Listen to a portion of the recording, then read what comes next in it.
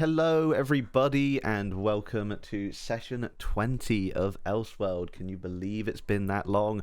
I certainly can't. We're only level 3. And it's been over a year. You may have seen that we've been on a little bit of a break.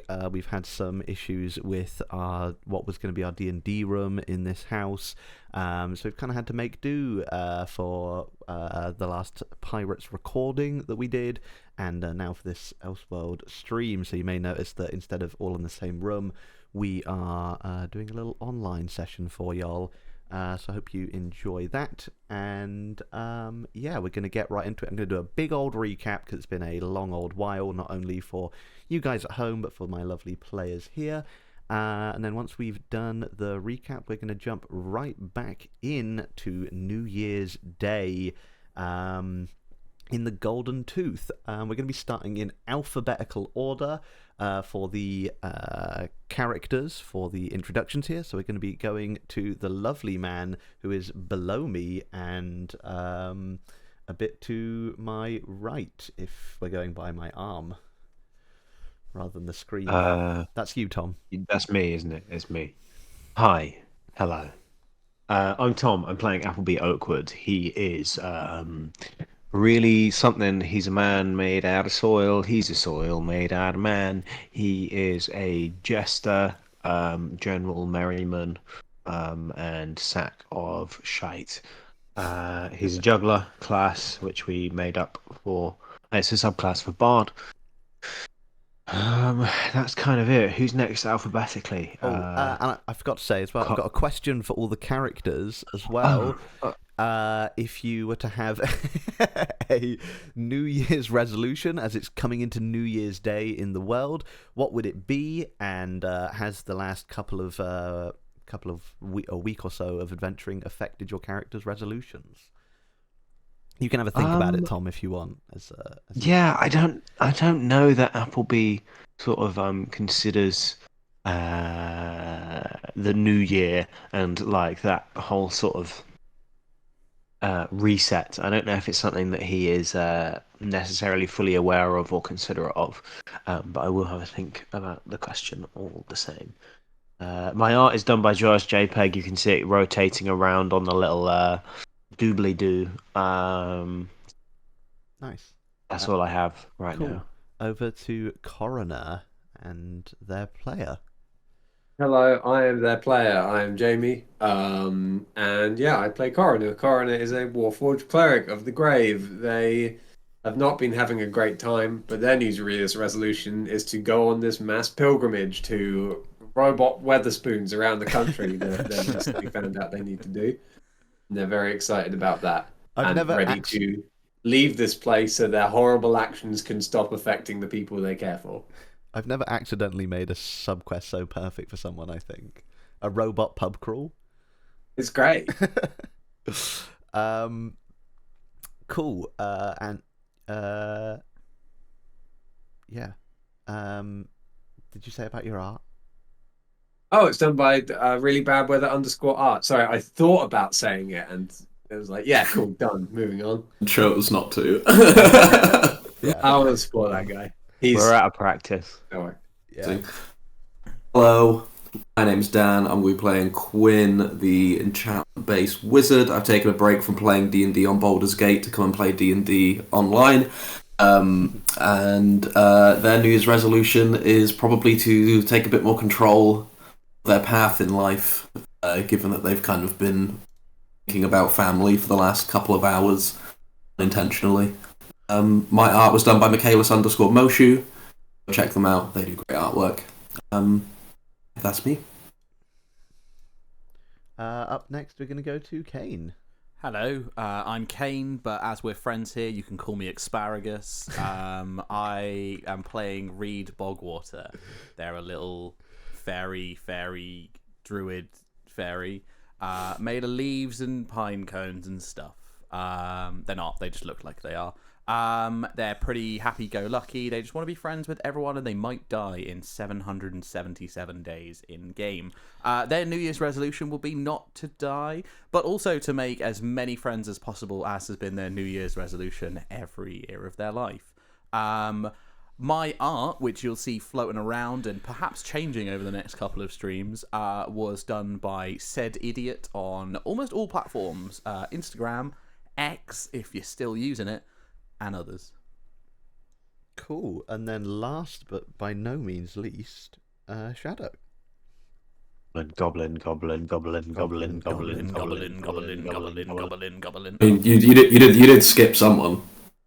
Oh, I did skip someone. I'm so sorry. I've actually gone right over Rodeo because I thought we'd done the R's. No, 2 R's in this party. Firstly to Rodeo before we summon the Goblin. Hello, everyone. I'm They won't Jams. As someone has already given the game away, I will be playing Rodeo, the Dragonborn Gunslinger.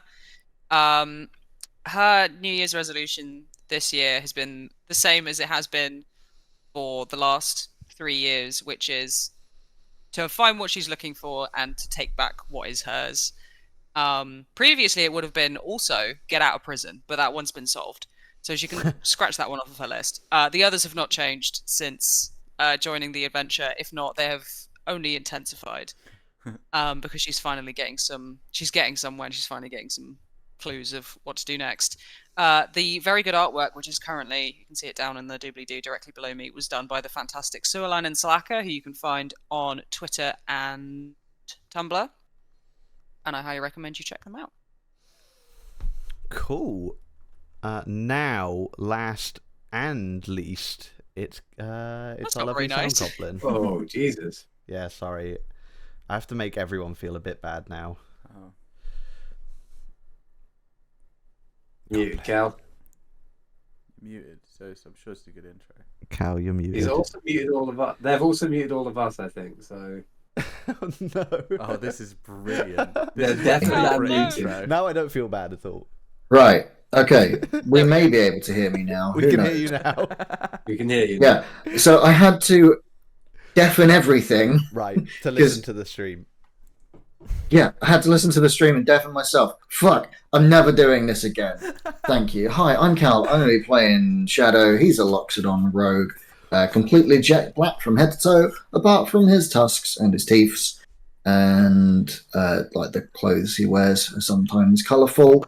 The art for Shadow was done by Ardy Fardy. You can find on all of the socials and their house.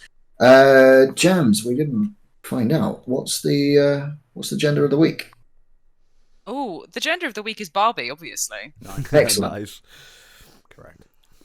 Cool. I think that is everything that you need to know. Nice. Shadow, Loxodon, Rogue, Jet Black. Yeah, that's All you need to know about that's his the- whole Yeah, character. what's the resolution? What's your Oh, their fucking resolution. I don't think they believe in them. That is a valid response. Yeah, I think that once you've lived 450 years, you sort of stop trying The to novel change wears with off. the calendar and just assume that you're as good a person as you're going to be by then. Oh, God. What a terrible realization. Just to say as well, Hey, it's there are not for Shadow, it might be for the rest of you. say as well, there are also ways that y'all in chat can influence the stream. That was the smoothest segue I've ever done. Nice. If you look down in the bottom right, you'll be able to see that there is a slide going around, and you can basically give anyone a nat 1 or a nat 20 or an advantage or a disadvantage. It is 150 bits for advantage or disadvantage. Is that right? Does that sound right? Yeah. Fuck yeah. It's been a while to give anyone, including the DM, advantage or disadvantage on a roll, or you can cheer 750 Yep. or donate £5 to give anyone a nat 20 or a crit fail, again including the DM. However, there are other ways that you can influence the game. Take it away, Jay. No, there aren't. Oh. Fair enough. Okay. Oh, into there the are. session. We have Patreon. You can support us on our Patreon that we have. If you do so, if you donate us £5 a month, there are 2 polls every single time we play.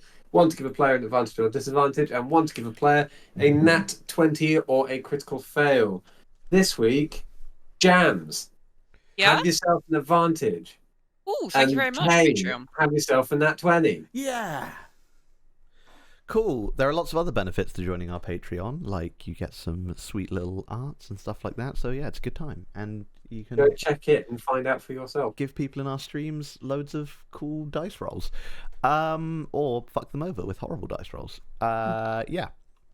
I think that's all introduced. Hi, it's me, it's Elliot. I'm the DM, and this is Ellseworld. If you're unsure as to why it's called Ellseworld, you should ask your most distant relative. Yeah, I'm going to do a big old recap now. And then we're going to jump right into the session back on New Year's. So, right at the very start, I believe, what was it, 13 days ago? 13 days ago, our party arrived at the coastal town of Ria Priz after being hired by a dragonborn merchant by the name of Faisal, who wanted their help investigating a magical rift that was due to open the next morning, and also find out what had happened to his associate Digby. Digby had been reported missing after he spent months in the town scouting out for any potential threats. Faisal warned you of a group known as the Crimson Gallants. Once heroes of the realm, corrupted by power and paranoia, they now serve a darker purpose, killing or capturing any beings from other realms or planes of existence. This was especially troubling in this situation, as it rumoured this rift would bring Princess Illyria back, restoring the dwarven lineage and heir to the dwarven throne. After a bar brawl and some initial investigations, our heroes found a hideout teeming with gallants who were torturing the aforementioned Digby for information. After a brief confrontation, they managed to free Digby and capture a young gallant known as Phylon Erlandir of the noble Erlandir house, and found out that there are more gallants in the town. After this heroic rescue, the party returned to Faisal, only to find him missing now too. His rescue would have to wait, however, as the party needed their rest before the rift opened in the morning. When the morning arrived, the party set off early to see if they could find the remaining gallants and Faisal, and through some cunning investigation and a gallant mage's staff, our heroes found the second gallant hideout, leading them into the cliff of Ria Priz and leading out into an enormous system of tunnels. Inside, there was only 2 gallants, one fleeing and the other remaining, only to be charmed by Quinn and sent back to Gallon HQ, leaving the party with a device known as a transpositioning crystal. After this, the party, you could feel innately within yourselves this big rift opening, so you headed out into the main jetty of Ria Priz where the crowds were gathering. You saw this bright blue tear, beware the glare, in the sky that erupted over the ocean, and a figure fell from it that you brought back to the shore, where the remaining gallants revealed themselves, as well as Faisal, who were disguised in the crowd. Combat ensued, and despite the leader attempting to trade Faisal's life for the newcomers, you defeated the gallants once more and rescued the Rift Traveller and Faisal. This traveller turned out to be Aldous Cragmane, advisor to Princess Illyria, friend to the father of Quinn, and bound by blood oath to tell the now dead king of the dwarves of Illyria's findings. The party, as a party, questioned Aldous and the 2 dragonborn, Faisal and Digby. You found out that Quinn's father is indeed with the princess wherever she is, and the 2 dragonborns were actually dragons, full-blown dragons, the gallants using an ancient device known as a form tether or a Tellurian fetter to prevent them from doing any magic or transforming into their true forms. After securing and questioning the lot of these, including Phylon, you decided to leave the town of Ria Priz in the dead of night, not before a rather dramatic fishing lesson with a local fishing instructor that turned very violent after a harpoon was unknowingly shot into the back of a giant hermit crab, wearing a dragon skull as a shell. After this intense learning experience, the party finally left Ria Priz, meeting up with a friend, Azori Moonstone, and heading towards the capital of the Golden Tooth. You spent a few days on the road before you were ambushed by a group of Crimson Gallants out for revenge, led by a figure known as Paladin Danatesk. Danatesk fled into the woods after you swiftly defeated his party, with a few unfortunate deaths occurring in that combat, not of yourselves, but the death of someone that Coroner had killed, causing them to be very shaken during this journey to the Golden Tooth. But after a few days more travel, you eventually could see the bright star of the Tooth shining ahead of you, literally a beacon lighting your way to the city. As you arrived into the Golden Tooth, you were immediately met with some things that a lot of you weren't used to, such as the tax to get on inside, 10% of your wealth that you had on you that would be repaid back to you if the money was spent within the city. and just generally the culture of the Golden Tooth being somewhat of a shock to some of you. This seemingly perfect city on the surface, hiding a dark underlayer beneath.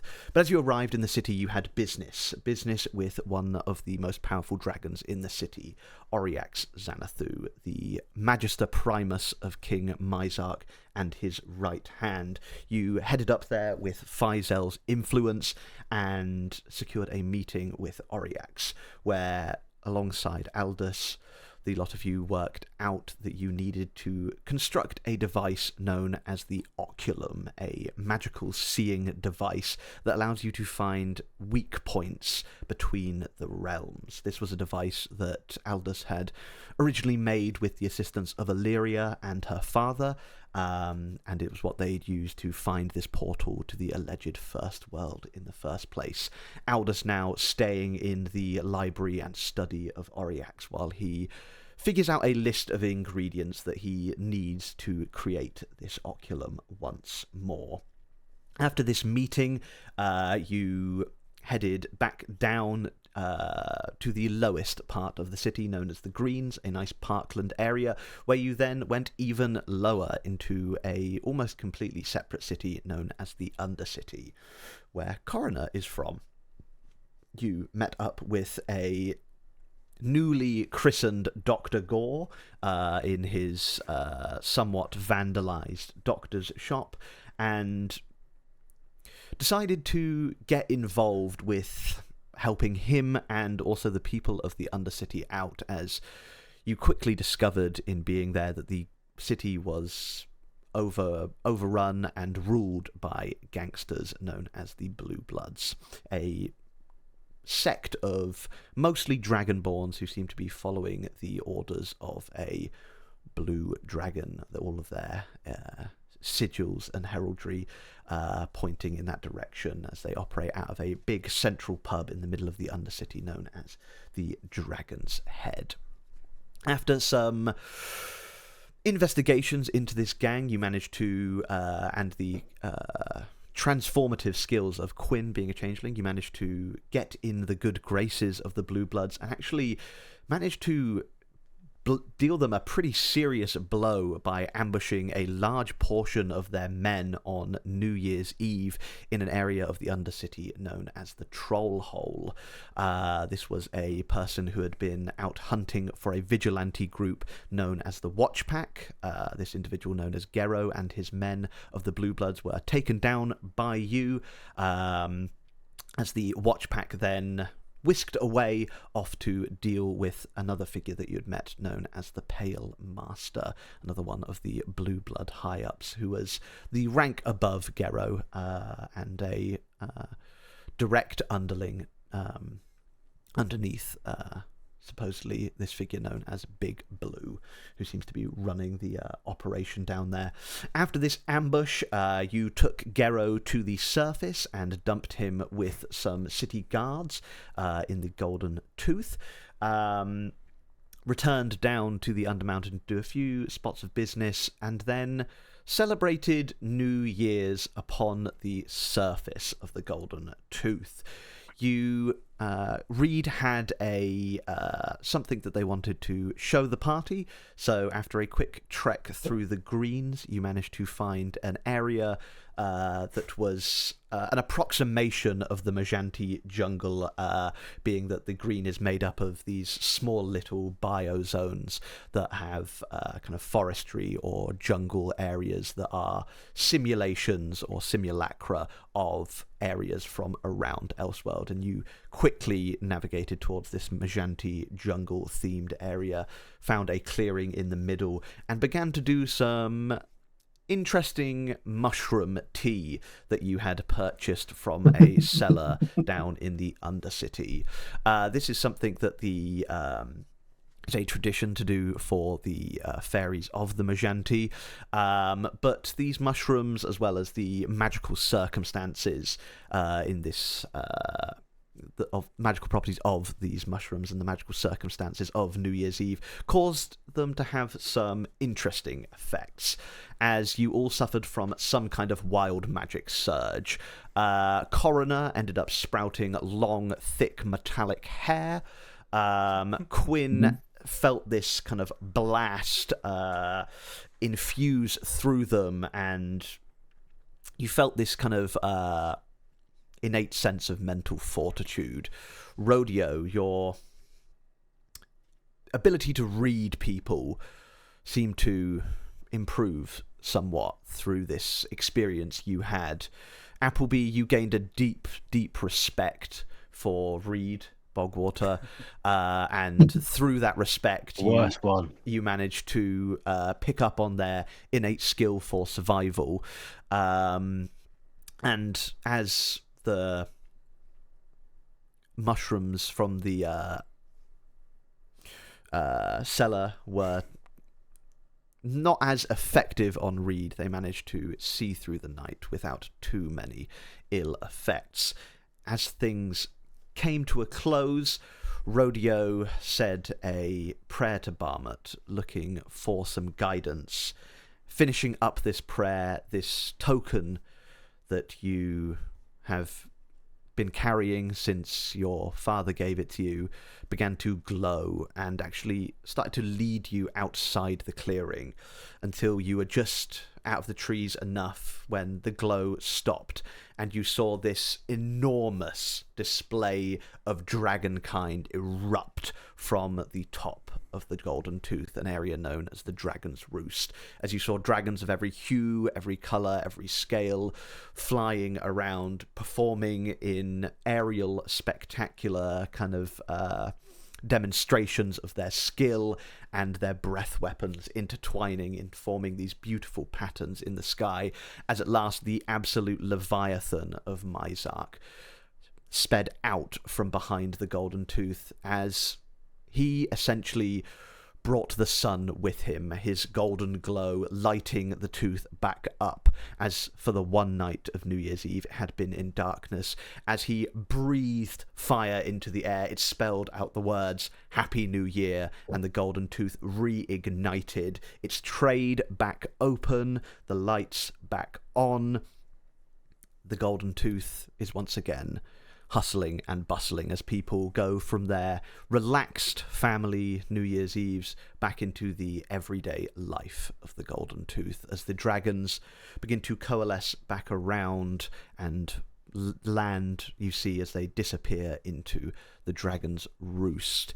You are all present in this kind of the edge of this clearing, and the day is yours. You once again are lit by this glow of the city itself, almost casting daylight where there shouldn't be any. You once again smell these beautiful fragrances, fresh cut. As you're in the greens, you smell fresh cut grass. Kind of, you smell the smell of fresh running water, as well as any fragrance you would associate with home is kind of playing on your nasal palate, shall we say, as you once again feel this this good feeling that you have come to associate with being in the Golden Tooth. Sorry, that was a lot of talking. It's good though. Yeah. So Yeah, you're, fuck. You're Good here. recap. Sorry, I tuned out. Can you repeat all of that? No. Oh. But you can watch it again, thankfully, if you check out the stream recaps. All But right. yes, I'll you're be right back. You're here now. It's a new day has dawned. What would you like to do? Still not like have finished a long rest, have we? I'm just gonna say I'm knackered. No, We've just you're not off you haven't just finished a long rest. I'd say with the kind of taking the mushrooms and all that, you probably could have squeezed in a short rest there. But yeah, it's not been long enough to have taken a long rest yet. Everyone was kind of like scattered, I think, or not scattered, but like loosely kind of like It was a very around this shrubbery, yeah. Yeah. And we'll just kind of like walk up to Rodeo, be like, hey, this is for you, and kind of like hand them a piece of paper, and Jams, I'm going to send you something on chat. Oh, okay. And then by the time you look back up, Quinn is gone. Okay. Cool. And Quinn is just going to essentially walk into the city and head to a particular morgue. Yeah, cool. No role needed here. You're a pretty intelligent person, and sort of using the navigational kind of maps that are around the city. You see lots of ones with, like, you are here, and it literally like is exactly where you are in the map. And you see as you kind of take a step, it actually follows you a little bit. As you kind of look from sign to sign, and you very quickly sort of pick up back on one of your very prized and precious memories, and no check needed here to make it back to this. Thank you for following Designated Duck. Yes, thank you very much for following. Subscribing, in fact. Oh, you're Prime. subscribing. Damn, subscription. Thank you, Designated Duck. Thank you, very, kind. very much. As you managed to navigate back out to this morgue, you actually see as the kind of owner in this dark black suit is just coming out. They've obviously just sort of started kind of locking the doors, and he's just putting a sort of sandwich board out on the curbside as kind of like you see just in the process of opening up this mortuary. I don't know why there'd be a sandwich board outside a mortuary. I don't know what they're advertising. Fresh meat. Funerals. Sandwiches. You see as he places this thing down. I think Quinn will just try and kind of be subtle about it, and maybe just try to sneak in. Cool. And just try to bypass this guy. Give me a stealth check. Here we go. I'm gonna. I've got a point of inspiration from when we last played, so I'm gonna just burn that. Why the fuck not? That's 10 better than what it was. 15 total. 15. Well, with a perception of 5 that I rolled on this guy, he's busy setting this thing up. He's wiping down the old thing on there that said returns no longer accepted, and you head inside this morguery. And wow, I really should accept them. It's pretty clear. And you see immediately this is a very different kind of vibe to Dr. Gore's place, being that there was a very small mortuary there with 4 doors, four. I don't know what you actually call them. 4 drawers? Yeah, that's probably the word. 4 drawers, 4 bodies down there, but this is a much more expansive place. You see that this must be probably the primary mortuary facility for the Golden Tooth here, which is presumably why your parents took you here in the first place. As you head on sort of down, it's still, while it is, you think there's a lot of choice here, shall we say, it's still a very secluded place. There's not many other people here, and as you kind of press on side, no one immediately visible as you see these kind of this stairway leading downstairs to the actual mortuary area as you know it. Yeah, I think they'll just kind of traipse down, not really intently taking in any features, but kind of just subtly glancing at things and kind of running their fingers across any dusty surfaces that are there, just kind of thinking about when they came here when they were younger. Nice. Who would you be right now as well? What face would you be wearing?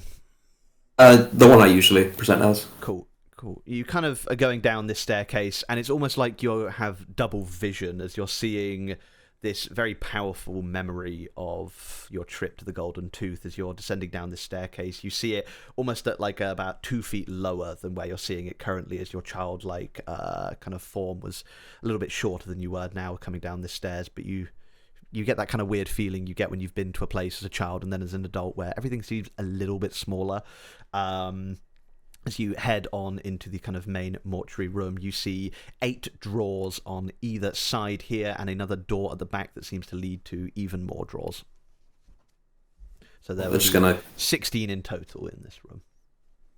Yeah, they'll just kind of go up, maybe not fully open any, but just kind of put their hand on some of them, kind of hold on to the handle and maybe play with it.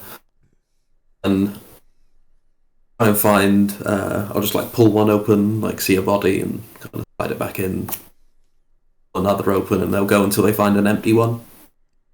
Cool, yeah, I'd say, you pull open about 2 and they've both got something in, pull out this third one, empty. Just gonna sit cross-legged on that for the time being. Look around.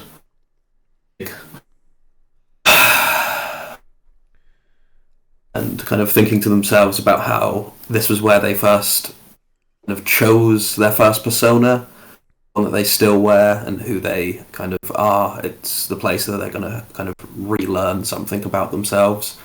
They'll spend the next 10 minutes ritual casting Identify, and as you can identify creatures and any spells that are affecting them, at the end they'll just place their finger on their forehead and identify themselves. Cool. You say a ritual casting. Yes. Cool. So as you kind of, how would you imagine this ritual cast as you're sat on this mortuary door?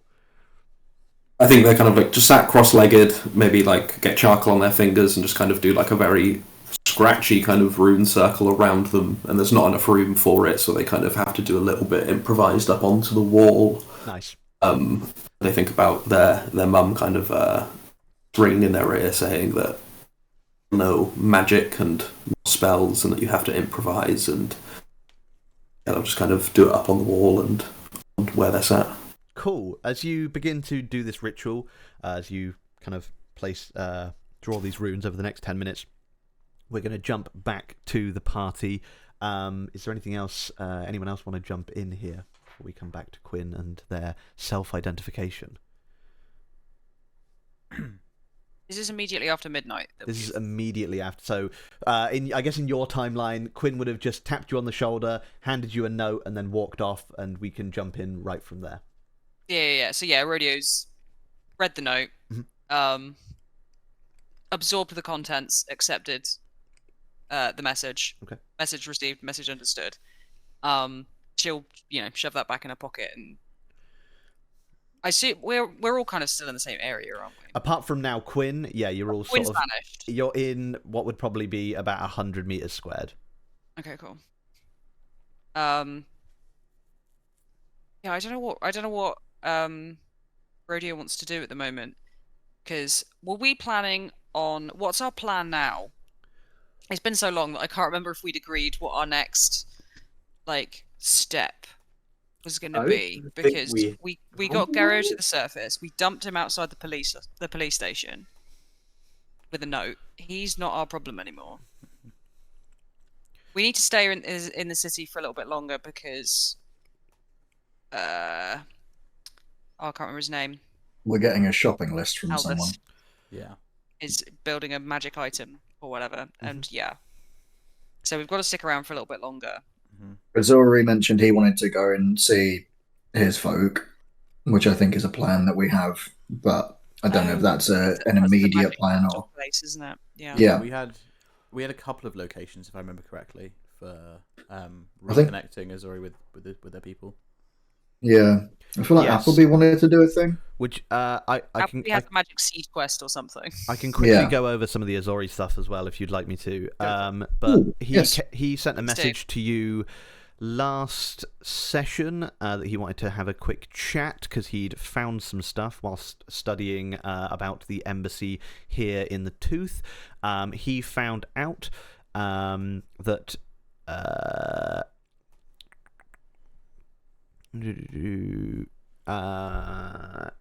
yes, so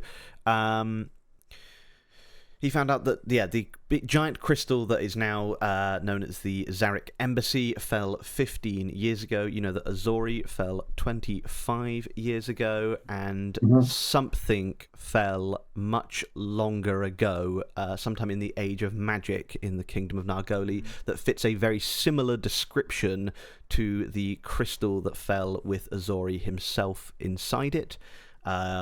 Which you obviously Like found. the year 397. I have 397. That written down is for some indeed reason. the year. I didn't know if I'd given you that, but yes. Then, in which case, yes, he found out that it was the year 397 of the Age of Magic. That that another crystal, much like his, fell in the Kingdom of Nargoli somewhere, and yes.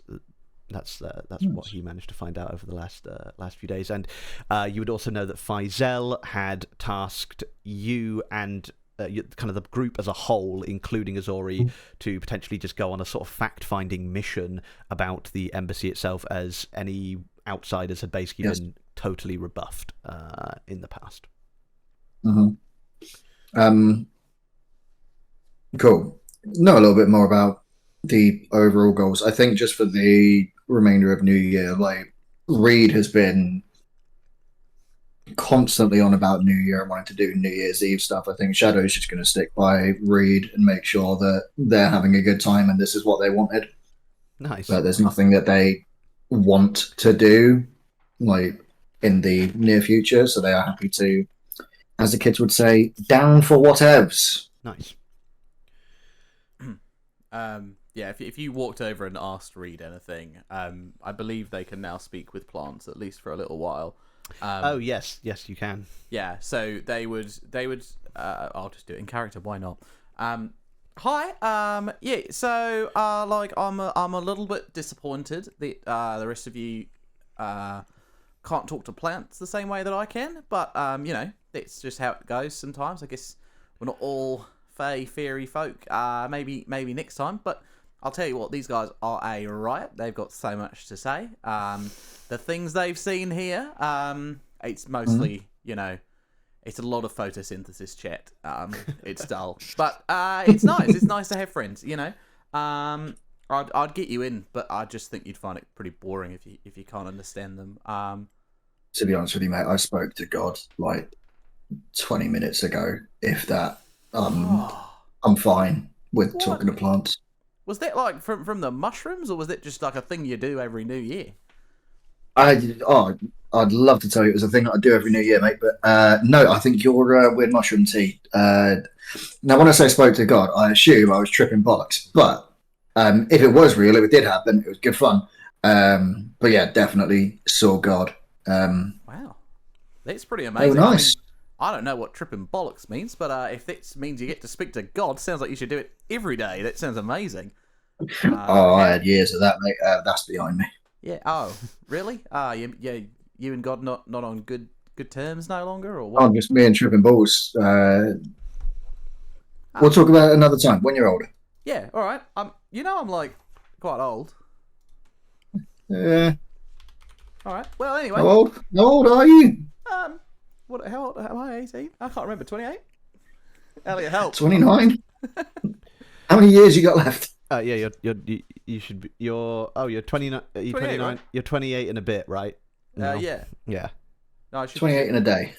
I should just be 28, right? Because it's 400 days a year, right? Yeah. Mm-hmm. Yeah, I was 28 about 23 days ago. So about 10 days before you met. Yeah. Yeah, it was my birthday and we missed it. It was sad. Oh. Yeah. Fuck. Next chance we get, I'll get you a cake. I've got at least one more. And then maybe death. I mean, in a way, don't we all? Yeah, that's true. I guess I could die before. Let's not think about that. Yeah. So, how are we going to find more friends? Because there's so many people out and about right now, and the plants are lovely, but I'm getting bored of root chatter. Yeah, understandable. Well, Azora wants to go up to the embassy. I think Appleby had a seed he needed to plant somewhere or steal from somewhere. Quinn's fucked off, so I assume we'll never see them again. We can just leave the city without them. That'll probably be fine. A stranger might join us, and then weeks later we'll find out it's Quinn. That seems to happen. Coroner, what the fuck's gone on with your bonnet? Eh? I don't know, and I hate it. That's I horrible. can't say I'm fond of it. Oh, that's awful. If I'm no so one's got sorry. anything better to do, I'm going to go find myself some shears and do my best to get rid of it. I don't think shears is going to be enough, mate. I think you're going to need power tools. I don't know what a power tool is. They're not real. Coroner is a power tool. Or it is the power tool. Fuck. I mean, the more I look at you, the more I like it, but... Yeah, it's growing on me. I've got a iron sponge on my head. Yeah. Oh, I've got a really... If we ever... Sorry, go ahead. No, you first. I was going to make a really silly joke. Oh, me too. I've got a really stubborn stain on my shoes that we could clean with your hair, was what I was going to say. I will rub my hair against you till you bleed. It's a joke. I don't even wear shoes. Look, I've got bare feet all the time, so I can feel the grass between me toes. You see as Coroner's like trying to come out to like be with the rest of you guys, just getting entangled in like vines and thorns as their like long, thick, like very rigid hair is just getting caught on everything. It's like having Picturing it steel like a wool. big afro. Steel wool Yeah. afro, yeah. Yeah. Maybe we should go and find you a blacksmith. Maybe they can make something out of your hair. That'd be cool. Yeah, That'd be you can quite sell cool. that. The invention of Brillo pads in Ellsworld. It'd be like a really pretty Damascus By the blade. time. Oh, hell yeah. Thanks for Hey, subscribing. pirates. Do some Coroner Damascus. I love your new name. Yeah, exceptional, Phoebes. Nice. So, the rest of the gang who remained in the little Majanti, as we'll call it for now, you headed off to try and find a blacksmith for Coroner? Yeah, let's do it. Yeah, I'll Appleby? stick with the group for now. Right. Appleby, what are you doing? Oh, Where you at? Muted. Applebee's just the seed of the bicycle that I've got. I've still got the seed of it, right? Like it shrunk back down into the. yeah. Oh yeah. It's like it's like a seed that started to sprout though, which you've never seen before, and it's only started doing that since the wheel was torn in half by the. Kind of like it looks a bit ruined. Yeah, kind like of, there's a bit like flopping out of the seed, which you definitely think it shouldn't be doing really. that. Okay, I'm just sort of flipping that up and catching it like a coin, and just sort of. Cool. Yeah, you do so. And I'll just. Oh. Yeah, if you guys go into a blacksmith, I'll tag along behind. You just sparked a thought. Just as we're heading off, I'll be going as well. Reed will like flutter over to Appleby and settle on your shoulder as they're wont to do. I'll be like, I can talk to plants right now. Do you reckon I can talk to your bike?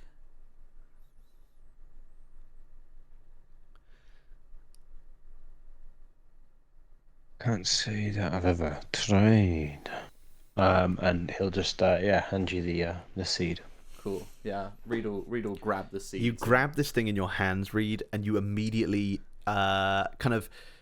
It sounds like a mosquito in your ears as you begin to touch this thing, and as you begin to push this magic into it, as you try to kind of comprehend what it's saying, you hear this like scream of agony coming out of this out of this seed as you just hit. Discord cut that out. Oh, okay. It was a really high pitched noise. Yeah, I heard it from the other room. Sweet. But, I didn't. Cool. Reed'll like gently hand the seed back and be like, yeah. How are you feeling generally? You alright? You good? What did the seed say? Not a lot. Good news, it's still alive, so it can probably be fixed. Bad news, it's screaming. Yeah. I don't know if it does that normally. I didn't speak to it before, but I'd assume it's not feeling great. Yeah, I've never spoken to it either. I've never spoken to a bike. This is fun. Just give me a straight wisdom check there, Arcane. Oh no, I just did the mushroom thing that made my wisdom worse. I have a minus one only. That'll do. I'll give it a go. Oh, that's not bad. 12. 12? You kind of like focus this magic in on this seed, and you kind of like try and hear past this screaming, and with that check, unfortunately, just all you can hear is these screams coming out of the bike. Yeah, it's not doing great, but these are positive, which is you might be able to fix it. Thank you, Reed. That's very comforting. Is it? Okay, good. Yeah, nice. I'm glad. I knew it would be. Yeah. Yeah. Yeah, nice. Yeah. Well done, young man. So as the I don't know where Quinn went. Creature. Ah. Anyone know where Quinn went? Like before, like do we even know? Are they going to find us? Oh, don't worry about Q. They got their own things to sort out. We know in an emergency, I know where to find them, but they got their own tasks to handle for now. So they don't mind. We can do whatever. We can carry on without them. They know how to find us.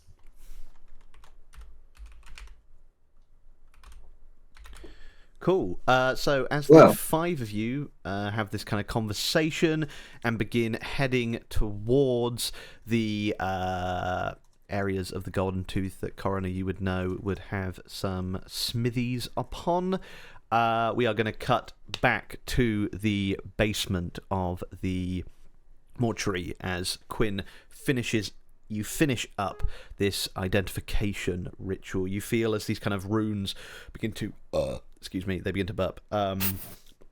They begin to ignite one by one around you in a kind of manner you've not seen before, this is the first time sort of you trying this on yourself, as they ignite all around you one by one, and then slowly getting quicker and quicker, so you then feel the magic pour from the runes up into you through the kind of metal of this drawer. As this magic flows inside you, you are immediately hit by this resonant aura that just comes from your innate shape changer abilities to begin with. What would be this kind of just sort of natural slimy feeling aura all around you of this sort of almost transmutation energy. It's not quite exactly like the arcane form of transmutation, but you see that there are similarities in that. And then as you kind of push beyond that, as this kind of bright aura of this changeling energy is kind of glowing from you, you kind of push through that into the deeper levels of the magic within you, and you see this sort of core of innate magic that you once again know is sort of where the magic sort of that is within your soul is. And as you kind of peer into that, you see that there is something missing, and your kind of identification takes note of this very quickly, as you kind of feel like there should be something there. And as you kind of peer into that missing part that is sort of your representing this in your mind as sort of almost a portion of your soul, you feel that it's been removed. Something has been excised here. This is either someone has taken part of your life, part of your memories, and if you could just give me a Arcana or investigation check as you try and peer deeper into what this missing part of you is. Yeah, be Arcana for sure, with expertise. Nice. That one. That one? Oh, goodness me. I have an inspiration if you want it, Dan. It's all good, I'll roll with it. Okay. You kind of look into this void that is represented by this sort of shard that is missing from your own visualization of your soul, and you kind of see this sort of swirling vortex of your memories begin to suck your kind of the manifestation of yourself viewing this inwards, and you feel like you're being pulled into this hole. Could you give me a wisdom saving throw, please? Yeah, I could. You said that from the shrooms I felt like resolve and mental fortitude. Would that help me at all here? Clawing at straws?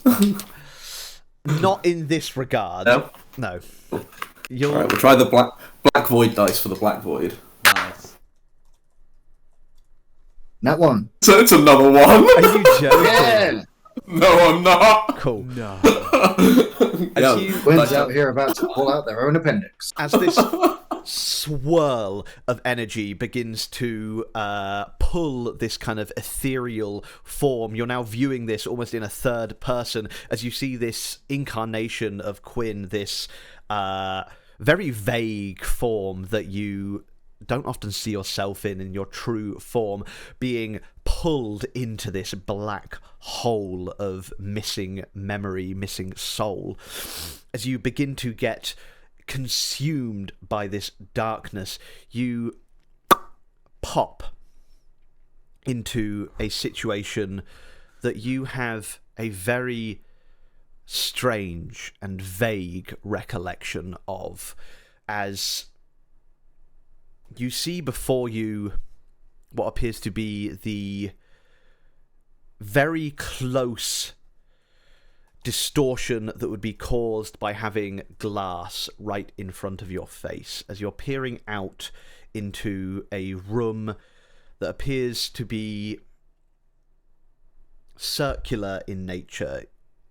And as you kind of peer into this room, it seems so familiar to you, but you are also certain that you have never been in this room before. As you sort of come into this other version of you, you look down and you see that your hands and your feet are bound inside this, what appears to be almost a cylinder of glass.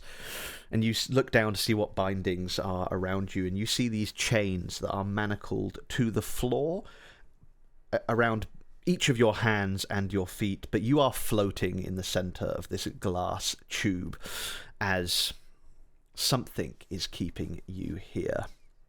As quickly as you entered this form, you are thrown back out, reeling and gasping onto the mortuary drawer. You roll over, clatter to the floor as you kind of stumble back, kind of getting your senses back in Ellseworld, back in the mortuary, back in your present life.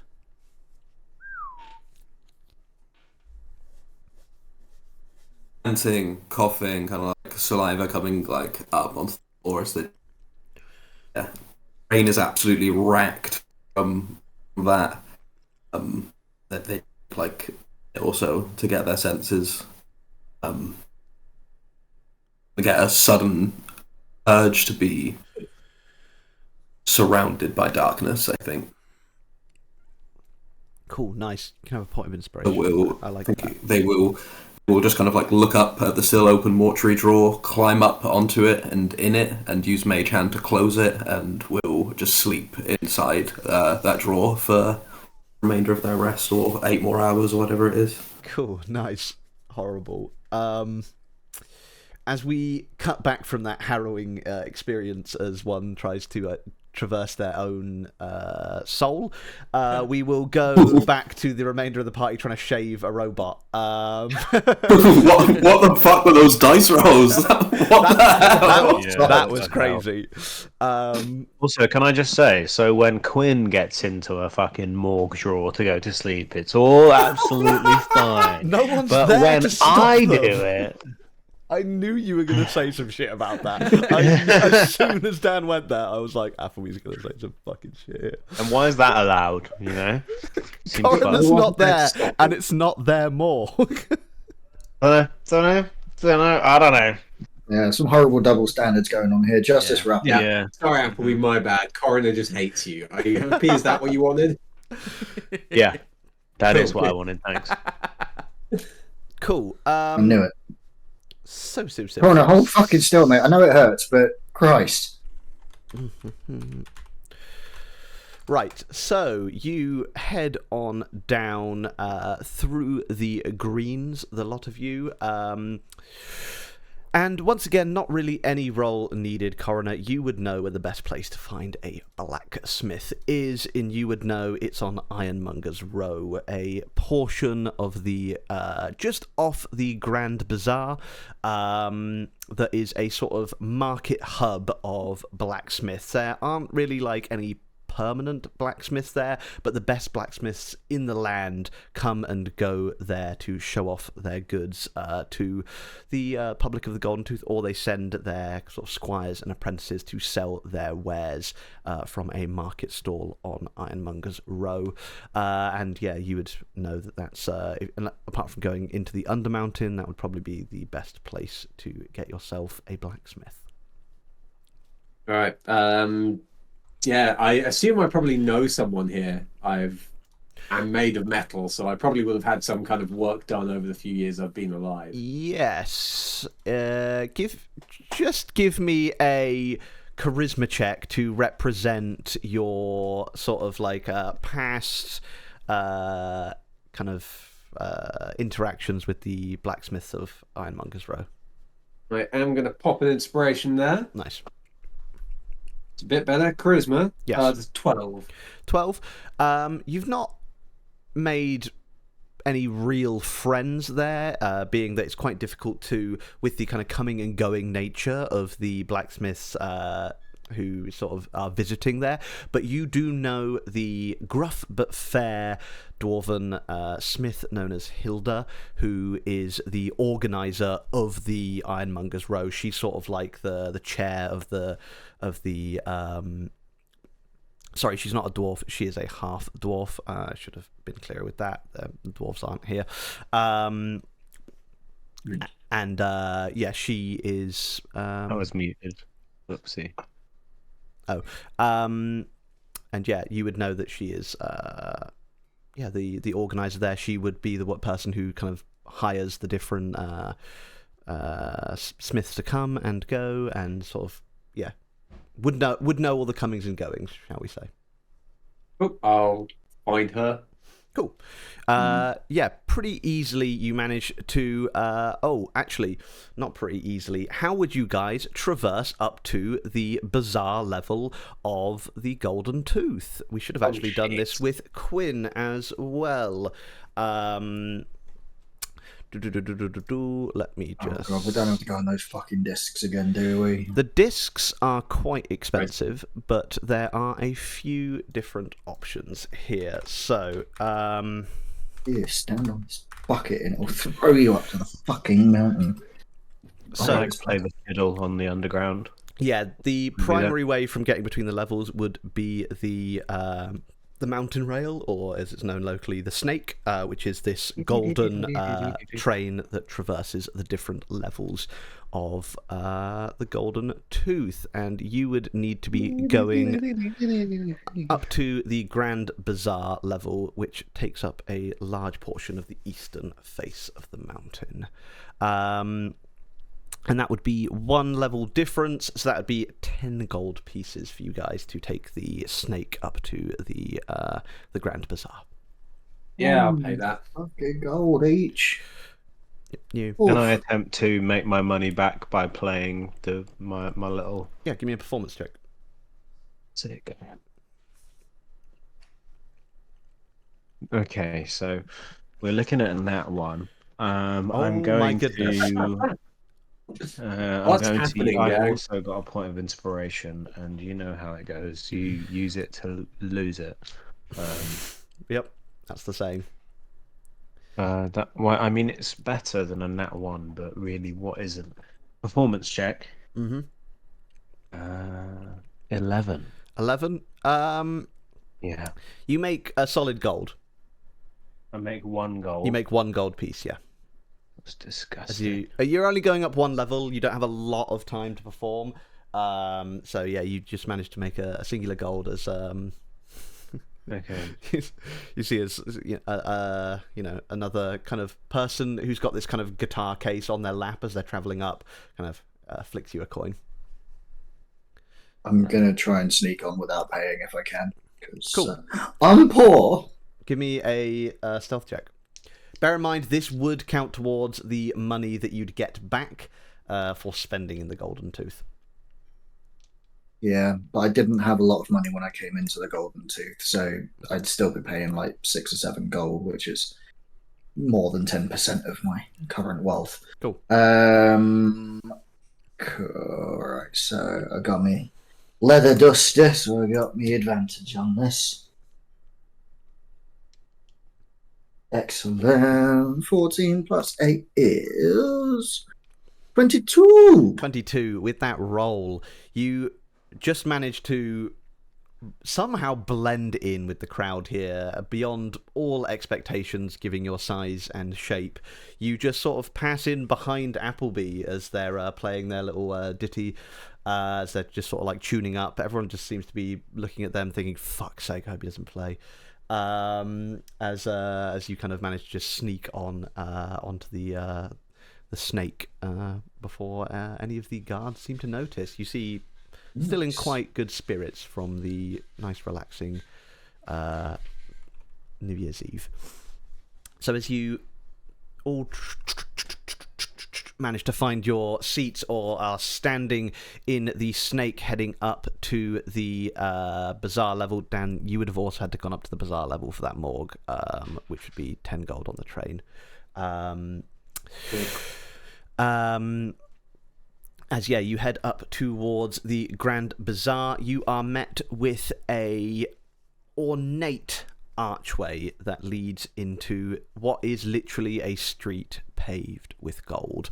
As it stretches out before you, you see what is quite possibly the largest market space area of shops that you've ever seen in your life. This enormous domed structure stands before you, like a bazaar of old. You see as it covers over lots of little shops on the inside, with traders trying to sell their wares by any means possible. You see as they are shouting out their best deals for the day. They are presenting their wares. You see samples being given out. You see free bags being passed around, as you see pure capitalism at work here in the Golden Tooth, as that is what this city has been designed around, and it is at no point clearer than in the Grand Bazaar. As you see a small pathway leading away from this enormous domed structure where everyone seems to be flooding into, wanting to get the best New Year's Day deals. You see a smaller avenue down below this kind of main bazaar that you, Coroner, would know, and the rest of you can read the sign for, as you see Ironmonger's Row stretching out to your right as you see the Grand Bazaar. Oh, please. Could I peel away from the group and try and get as many freebie bags as I can? Cool. Yeah. We'll come to that in a second as we do Applebee's freebie run. As the four of you now head down Ironmonger's Row. Yeah. That's Find fine. that person who's in charge. We keep losing people. Right. Radio, where did Appleby go? I cannot be expected to keep track of everybody in this fucking team. You knew where fucking Quinn went. They left me a fucking note. Appleby didn't Appleby know didn't such leave? a thing. Oh, fuck. I have a quick look around. Any weird signs of red smoke, eyeball things popping around? Give me a perception check. God, why did we start this game up again if we're all going to roll like shit? Well, at least 10. At least it's a communal rolling shit. You don't see anything. It is busy here, and you are sort of just getting, with your keen hearing and sort of smell, you are getting pretty overwhelmed in this situation, and you quickly sort of move off into the slightly quieter area of Ironmonger's Row. Oh, bad news, guys. Appleby's dead. We'll have to leave the city without him. All right, before anybody else goes vanishing off, do as you please. I ain't your mama, but meet back here in an hour, I guess. Have fun. I don't know. It's midnight. I'm fucking tired. Yeah, same. Off down the road anyway. Cool. I'm sure why you're all following me in the first place. Oh, I just didn't have anything better to do, mate. I thought this seemed like fun. Fair enough. Personally, I'm just quite intrigued as to how a haircut would work for a middleman. I mean, There's I'm gonna glad be a you're lot of fun. paying for it. Yeah, it's exciting. You know, new stuff. Yeah, I'll go with Coroner to begin with, just because we might as well stick together for now. But Yeah. while we're and also Coroner knows where they're going.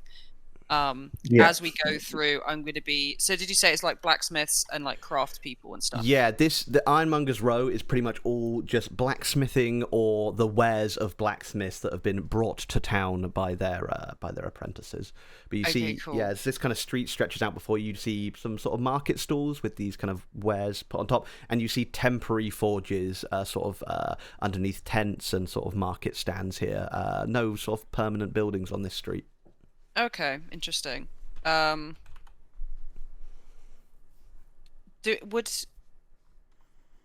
I have seen anywhere else in the city if there's like slightly more permanent sort of setups for this kind of thing? There would As in like established been in the city for a long time kind of businesses? You would know. You could certainly ask Coroner, is what I'd say about that. That is true. Coroner, the same question to you. What was the question? Basically, Rodeo is, while we're wandering up and down, looking for any gunsmiths, but also she's interested to know if there's anywhere in the city that's like a permanent workshop, or forge or something like that that's dedicated to it. Okay. Uh, Elliot. yes. Now Now if back to I me. were to look for like a gunsmith or maybe some kind of permanent crafting station, where would I go? Cool. You would know that there are, in fact, at least 2 gun shops, one being Gunnage's Guns, a famous brand of guns in Ellseworld, started by the dwarven smith Orm Gunnage, and they sell firearms produced by the Gunnage Company. And you would also know there is Philgan's Fire Sticks, a competitor to Gunnage's Guns. They're a more independent shop with a focus on commission work. Those would be the 2 specific gunsmiths that you'd know of. In terms of a permanent forge or anything like that, your best bet would probably be Hilda's personal forge. Okay. All right, so Rodeo, there are 2 gun shops in town. We're just going in circles now. One is Gunnage's Guns. Yeah, where the dwarven one? Gunnage's Guns? Yeah. Mhm. Is that on this level? That is in the Grand Bazaar itself, which would be sort of Grand Bazaar's in front of you, Ironmonger's Row is to your right. Okay, so it's not that far away. No, they're spitting distance. Cool, perfect. I'll go with Coroner to make sure they're taken care of first, Okay. but I will be heading over there in a bit. Nice. Cool. So who's going where out of that group? Applebee's going into the bazaar for free stuff. Are the rest of you sticking with Coroner for now? Yeah. I'm going to stick with Coroner, and then was also going to try and offload my shotgun, so we'll follow Rodeo when they depart. Nice. Oh, Cool. you got stuff to sell. I got a shotgun that I don't know how to use, so I'm going to sell. Load it into a random civilian. Yeah. Jesus Christ. Okay, cool. So, Coroner, just give me a perception check as you head down into Ironmonger's Road. See if you can spot Hilda.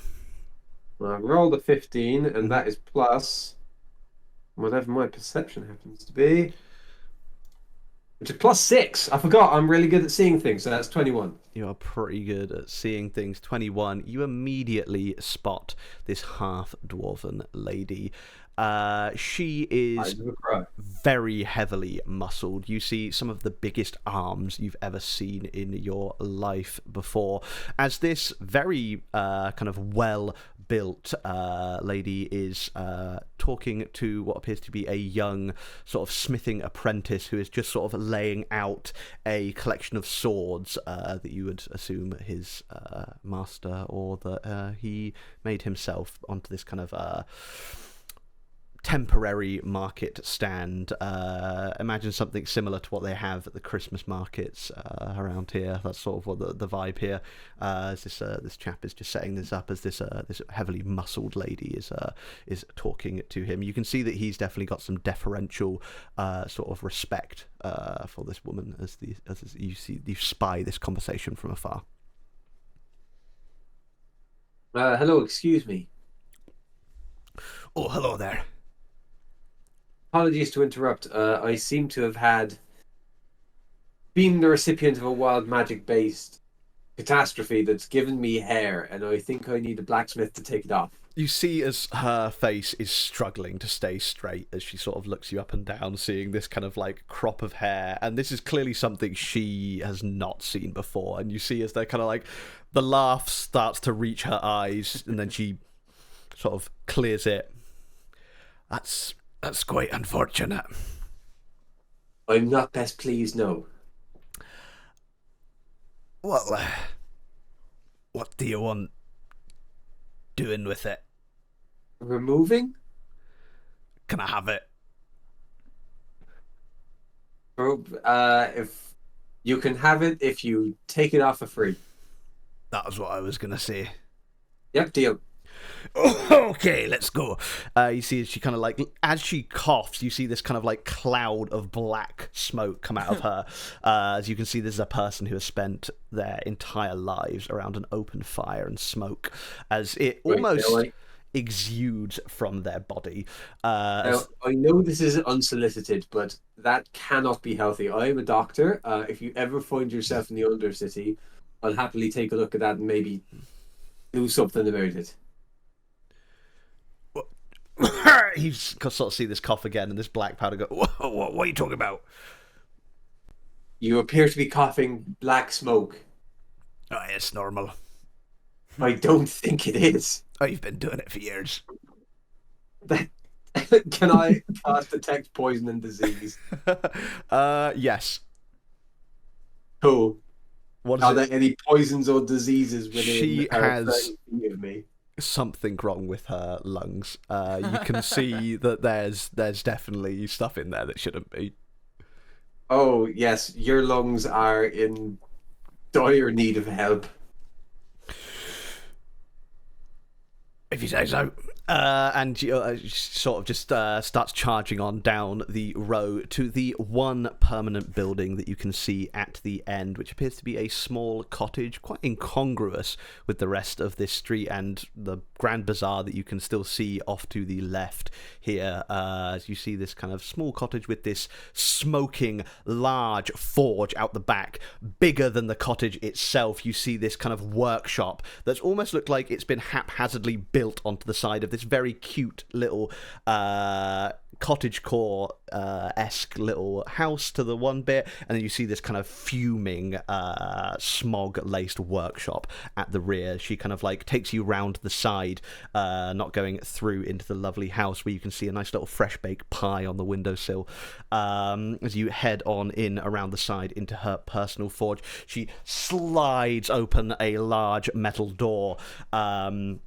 As you see these kind of flame decals are revealed in the workshop. As she pulls this back, lights spring on the ceiling as you kind of hear this dung, dung, dung, dung as you are taken into this glorious workshop. Coroner, this isn't like anything you've seen since you left the Nemesis Peninsula.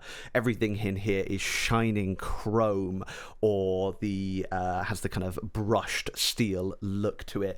As you see, despite this kind of fumes that are exuding off of all the machinery in here, this is a very well maintained forge. Everything is, you can just hear from the innate kind of machinery around you that everything is well oiled. All the kind of pistons that are moving the pneumatic hammers of this forge area are running to perfection. The brushes have been well maintained, and you can just hear mechanical perfection all around you as you come into this office of not only blacksmithing but of artifice too, as she kind of presents this metal slab for you to lie down upon. Yep, just put yourself right there. You sort of see as she, from a rack that is slowly descending down from above the table, you see as she pulls this kind of circular, rotating kind of disc. You see as this kind of glove armament sort of begins to form out of the braces around her wrist, which you hadn't really picked up on before, as they seem to just be plain metal braces, but they open up into this sort of small clockwork machine that closes in around her hand, forming a sort of flat surface, which you see her plug this disc onto, and her hand becomes somewhat like a circular rotating saw as she begins to around your head as her hand becomes one with this tool, as she very cleanly manages to shave this wiry hair off of your body. And does it hurt? You don't feel a damn thing. Good. As you are quickly dealt with here. No check from her needed. This is a fairly easy day in the forge for her. She collects this now bale of this steel wool that has been left behind from your temporary stint of being haired as she kind of clips off the last few straggly wires down your back. I think we've got everything there. Wonderful. Thank you so much. And I'll reach out a hand to shake hers.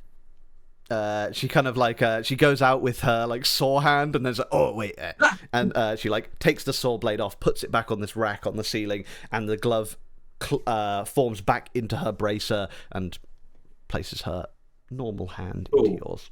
As she holds my hand, I'm going to cast Lesser Restoration, which I now have. Nice. You can have a point of inspiration for that too, as you kind of. Oh, well, thank you very much, Coroner. You can come by any time here. Ooh. Thank you. Something for sounds a your bit. service. Did you do something to my ears? That sound different. No, nothing. Don't worry about it. Were we the only ones in the workshop when she was working, or was there anyone else there with us? It would have just been the lot of you, her, and you could see in the corner of the room there was something that looked a bit like a person, but it didn't move the whole time you were in there. And just from your kind of like coroner, especially with your perception, you would have noticed that this thing is literally as still as a statue in the corner. I don't like that. Yeah, I hate that. You know what? She cut my hair. I'm not here to question the corpse in the corner. Thank you very much. What a great anti-theft device. Weird looking statue. Sorry, that's my weird guy in the corner. don't mind him. He's just there for show. It's just my guy. That's He's just a Toby. weird guy. Don't worry. But yeah, you see this kind of hooded figure in the corner. You can see that it's humanoid, but not much else. And yeah, even though they're wearing robes, it has not moved the whole time you've been there. So much so that even with your perception, coroner, you see that this thing has been stock still. Huh. Are there Can I any? try and like subtly take a like closer look, like focus on it for a Yeah, second? give me a perception check. Nah, only 10. You see this hooded thing in the corner. All of you can give me a perception check if you like once this is picked up on. Why Oh, not? sorry, I should have said this when you actually went into the room.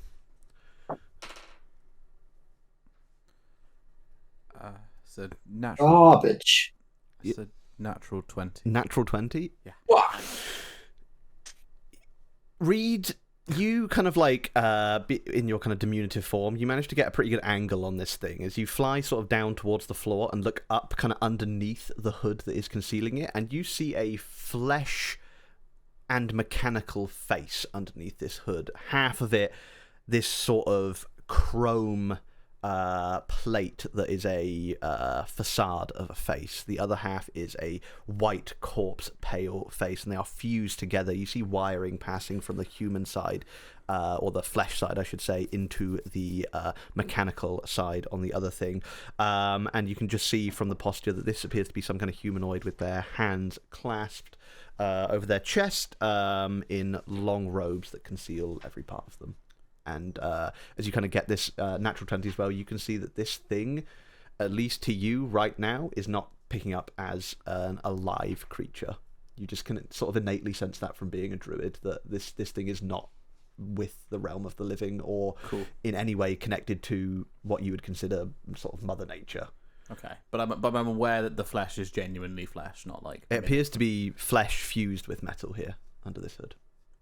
Cool. Yeah, Reed will take a peek and sort of discontentedly sigh that it wasn't a new friend, that they'd won the ultimate game of hide and seek, maybe. It's one of those guys on the street that like just don't move. Yeah, I've heard about Oh, living statues. and Reed's just like, all right. And we'll just like flutter back to the rest of the group, more fascinated, to be honest, with whether or not there are hair follicles now on Coroner's head. Are there? Give me a perception check. Oh yes, come on, second Oh, nat yeah, is 20 it of back the to being all game. smooth? Oh, it's one off. It's a 19 plus 4, 23. You can see that there may have been some follicles there, but Hilda's done an excellent job here, and they've actually like polished Coroner smooth alongside doing this this trim, and they are as shit. smooth as the day they came out of the Nemesis City. Yeah, cool. I don't. I'm gonna just roll a straight intelligence check for how smart Reed's gonna be about this. Those are the best kind They're of. all like, Me too. I guess it One. was low. Oh, it wasn't great, no. Especially with the -1 going on. Yeah, after a little while, as we're like sort of filing out the room, You kind of see her. She's washing. She's like cleaning her hands on a rag. yeah, Reed will be like, "Oh, coroner, your hair's looking great. You look trim. You look fly. You look proper. Love it. You look better than the other guy in that room. That's for sure." that's not very nice. There's something was going on there. It's fine. They're not like finished yet. I don't think. I think they're a project. What? Oh, the project What? in the corner, the not friend. Oh, I wasn't going to question that. Oh yeah, they're not alive yet. They're like 50% flesh and 50% robot, and that's cool. Coroner. Hilda, upon- can we ask questions about the thing in the corner? Coroner, upon hearing that, something immediately sort of picks up in your mind, and you would know that this thing is what is known as a forgeling servile. It is a essentially dead body that has been reanimated with technology that is used by smiths, craftspeople, any other kind of thing you could think of for sort of things that are too dangerous for a pure flesh and blood person to do. These are sort of semi-expendable but also repairable assistants that a lot of people who work in the mechanical and blacksmithing industries would use. Jesus. There you go, Reed. Corpses are just friends that haven't been reanimated yet. How is that seen as something morally grey? Like, You is would it know a supplied thing? Where do the corpses come from? they come from wherever they are commissioned to be made from. Typically, when you would make one, you would use an existing corpse that you have. It's often something that a smith would just make for themselves, usually out of someone that's either been brought to them that's died for this express purpose, or someone, it could just be someone they've killed. Just use one of your existing corpses. Duh. Yeah. Many reasons. Do you share this If with you can't make your Reed? own, store-bought is fine. Store-bought is fine. You would also know you could buy forgeling serviles from most cities. The only one you wouldn't actually be able to get one in is the Nemesis cities, because they just make Warforged and they sort of see forgelings as inferior.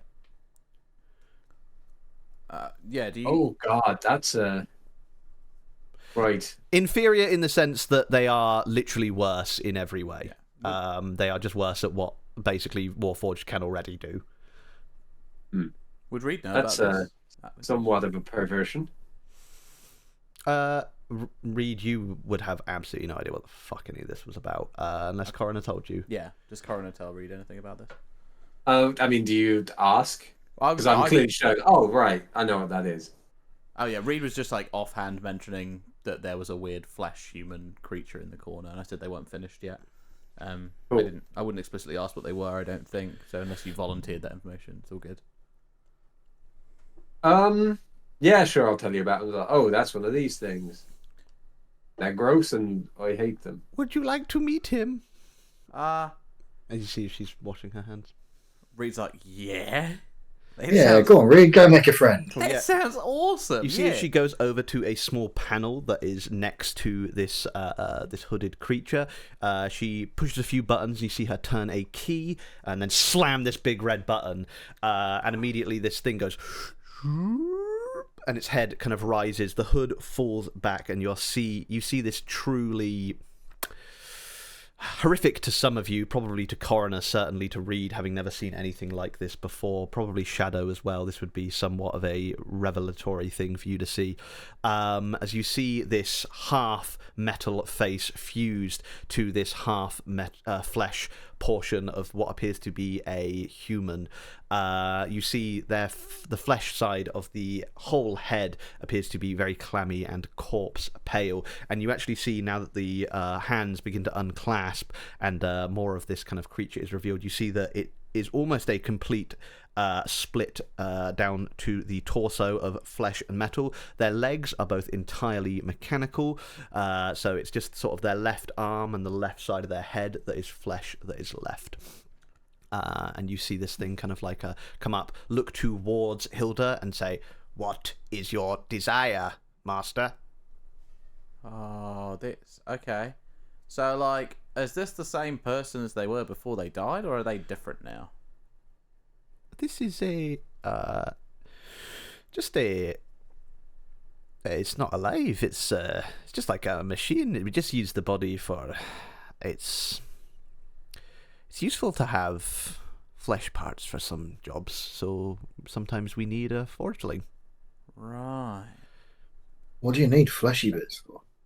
The dexterity, sometimes you need a flesh and blood hand for a task, or sometimes you need one metal hand to hold a blade and another one to beat it out, and if you want a truly impressive blade, you need to keep that hot, and there's no better way than just sticking your hand in the fire, and as much as I'd like to, I can't do that.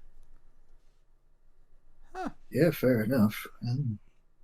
It's I assume this is something new, judging by the reactions all of you here. Yeah, can't say. Are like any sort of cyborgs common? This is certainly the first you would have seen. Coroner, you probably would have seen one or two, certainly in sort of informational stuff at the very sort of passing at the very least. Just with the sort of nature of your work and just the fact that you are a warforged yourself. But yeah, to most of you here, this is not something that is commonplace to the world. And you sort of, Hilda, kind of like can see that you're all obviously a bit surprised by this. Oh, it's nothing to be worried about. He's quite dead. Oh, this is like a moral quandary, because now I don't know if I'm supposed to eat a bit of him. Why would you? No, you you didn't kill him. You're fine. Yeah, but I suppose this is in a way reuse. Yeah, all right. Yep. You know what? Morally, I'm ticking this one off as fine. He was a criminal as well, so. Really, Oh, what did he do? I don't know. Oh, it's yeah. All right. Orange is just kind of quietly upset by the notion that you'd need a flesh hand to be able to do dexterous things. Yeah, I was thinking that as well. Like, wow, what a slap in the face. Yeah, I literally perform surgery. Clearly, you're not good enough. Some things. Yeah, like that was part of the My reason. skeletal cuts are precision to the millimeter, I'll have you know. Yeah, in fact, to be honest, that's why Shadow asked, like, because they've seen what you do, and it's like, doesn't make sense. Right, so rewind. You need metal for dexter. I get that you don't want to put your hand in a fire. That much I understand. But I don't get why you need a fleshy and a metally bit, because with the... And I point at Coroner, like, they're a doctor. Oh, right. You also don't need an arcane core, and which means they're much cheaper to produce. The innate power that comes with the brain and the nervous system sort of does the job that the arcane core normally would. A wizard can enchant that to last for a very long time. It's partly necromantic, I believe. I see. I'm going to look over at the two magic users in the room for any sort of translation on what the fuck she just said. Like dead magic. They like bring people Sick. back. Yeah, they bring people back and stuff. What is the vibe with necromancy in this world? Because this Apparently is purely real for me, chill. just because obviously it's like a big litmus test for like any fantasy universe. What is the vibe with necromancy in Ellseworld? Bringing back undead for the purpose of conquest, or using those, corpses for an undead army would definitely be frowned upon. But doing stuff Understandable. like clerical magic, like raise dead, is technically necromancy and is totally acceptable to do anywhere in the world. You'd think, judging by the reaction she's having here, the kind of necromancy that would be used to bring the flesh portion of the forgelings back to life would be fairly well accepted, as well as you'd think the sort of more common necromancy spells that don't relate to bringing back the dead would be such as or not actively to do with bringing back the dead, so sort of damaging spells like blight and things like that would be very acceptable for wizards to have as part of their arsenal. So yeah, I think it would be more or less down to intent and consent as well, because if you start bringing back corpses without people's permission, I think that's probably where you'd imagine people would start getting in trouble. That's fair. All right, fair enough. Well, thanks for sorting our friend out. That's quite all right. He's done something weird to me too. What? Yeah, I think it put me on helium.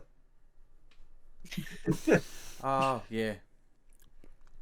It's fine. Spend enough time in the forge and it'll go back to how it was. Oh, great. If I think of anything, I've just bought you a few years. Well, as you kind of say your farewells there at the Iron Forge of Hilda, we shall head into the bazaar and Appleby Oakwood's adventure for free stuff. Appleby, just give me a... Are you trying to be subtle about this? What's your modus operandi here? What's your how are you going about getting free stuff? I'm kind of just going around going like, give me all of your free stuff. Everybody with free stuff, give it to me. Do you have any free stuff? Give it to me. Okay, give me a performance check or a persuasion check, depending on what you think Appleby would be more in. This is more of a performance, or if this is more of an active persuasion. I'll let you decide. It's just he's performing. He's just being a freaky little guy. Oh. Isn't he always? 10. 10. It's not brilliant. Perfectly average weird dude. Yeah, there's a lot of weird dudes going around, and you see at least 3 other guys singing weird songs, and you can see that the sellers are getting pretty tired of them quickly, and especially the ones that are giving out free stuff. They seem to be targeting people that appear to be more affluent, have sort of higher kind of status, judging by their clothes and things like that. And you can see very quickly these people with the kind of bags of free stuff begin avoiding you. Okay, I'm gonna notice that and changed my sort of my approach.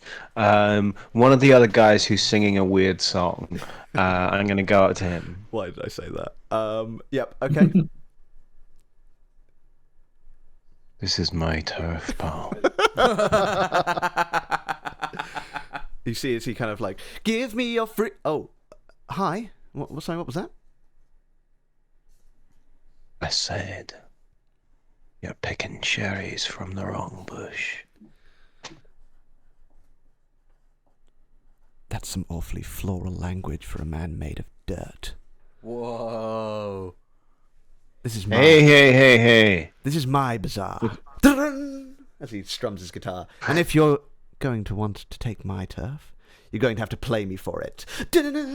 As you see, as he begins playing his small guitar in a quite aggressive manner in front of you, as you... Appleby just sort of edges sideways to the nearest person, sort of nudges them and goes, what the fuck's this guy's problem? And you hear, as he begins to make up quite a... jaunty tune about the fact that you have a soiled face, as you hear this kind of this jaunty little ditty going down about you and your appearance. Ooh. I'll just sort of... Appleby will like clap and sing along to this. Oh yeah, Kane's just turned the lights on in here. That's really nice. Sort of, nice. Hey, yeah. Me, you. Hey, yeah. Yeah, I'm just sort of singing dancing. As this kind of like song finishes up, could you just give me a straight charisma roll as you kind of are being degraded by this fellow bard. 17. 17. You kind of like sort of take these hits laughing as a lot of the content he's coming up with you've heard before. You've been called soil face, dirt boy, anything, and you know it's pretty old material that he's using, and the crowd kind of don't really vibe with it all that much, and you kind of quickly actually get them on your side here as his kind of like his portion of this of this kind of like a barbed ditty comes to an end. I bust out my fucking, I don't even know which one it is. The Rebecca is the one like this, or maybe it's the oud. Kind of, I don't know. Hear like gasp from the crowd as you pull out your instrument. And I like,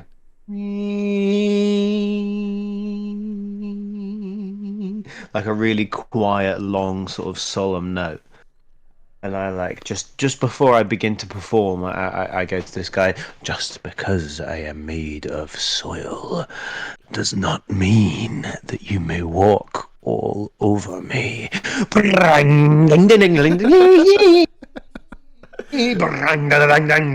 I sing this like 3-minute epic about the slow decomposure of this guy's body after he dies.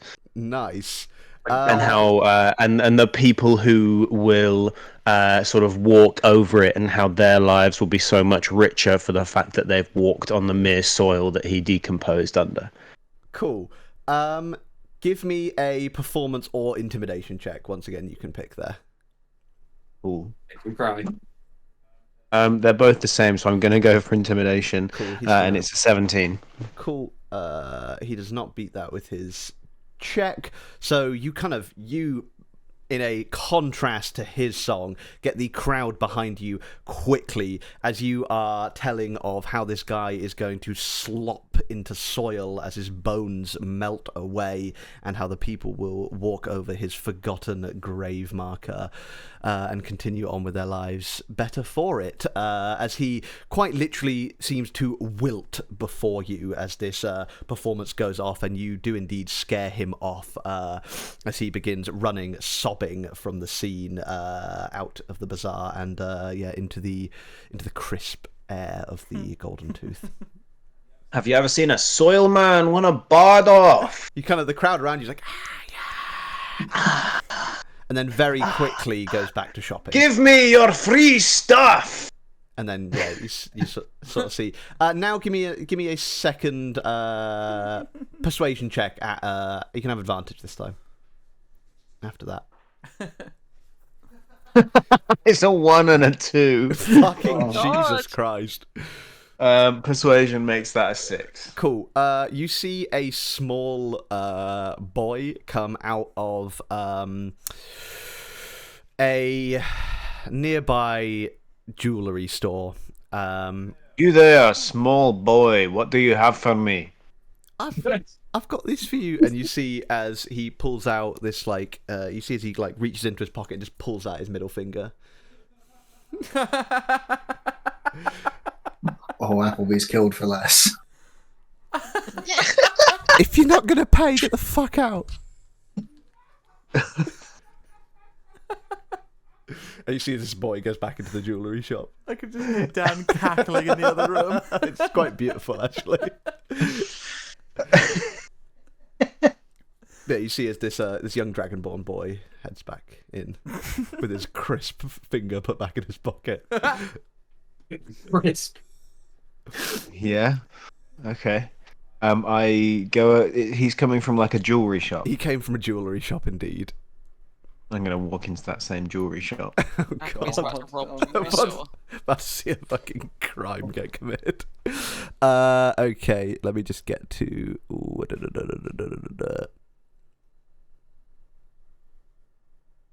Cool. Yeah, he heads into a shop known as Greater Gemstones. Oh yeah, I'll walk into Greater Gemstone. Cool. You immediately see as this kind of door is flapping at the back, just behind the glass counters that are all over this well-appointed jeweler's shop, you are greeted at the other end of the store by an emerald dragonborn figure who kind of waves you down their almost sort of malachite-looking skin, positively glowing in the sort of jeweler's light of this store. You see almost semi-translucent, this figure is almost like a gemstone themselves. You see as he kind of gestures you forwards. My good man, are you in the market for gems?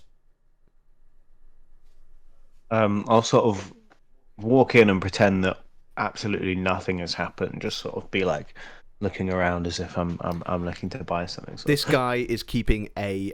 You see that he does not take his eyes off you. That's cool. Yeah. Yes. What Gems, may I you say? interest you in? I specialize in emeralds, but I have gems of all sorts here. You see, as this kind of main display before him is primarily emerald and other green gemstones in this main case, but you do indeed see other gems.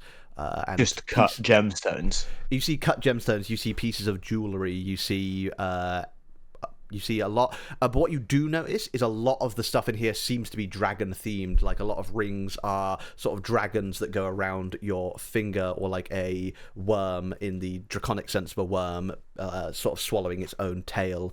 You see sort of dragon head rings with where the eyes are gemstones.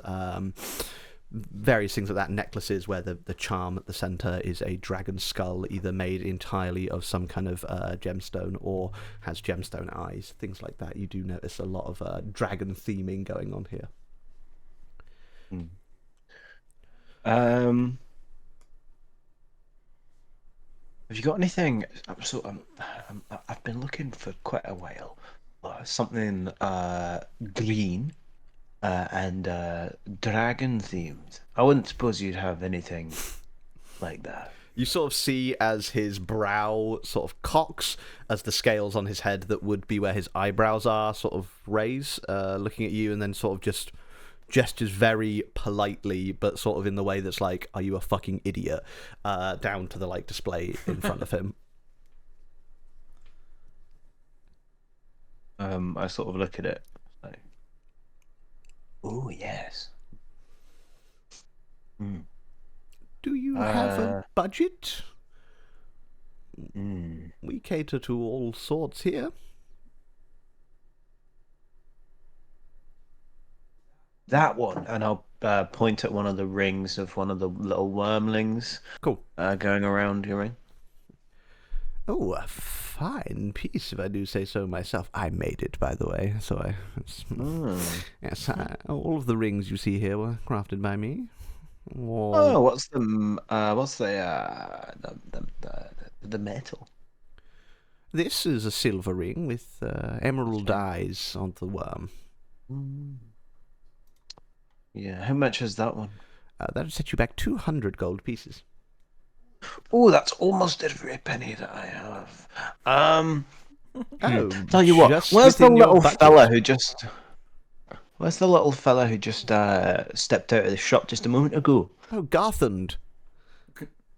Yeah, I didn't catch his name.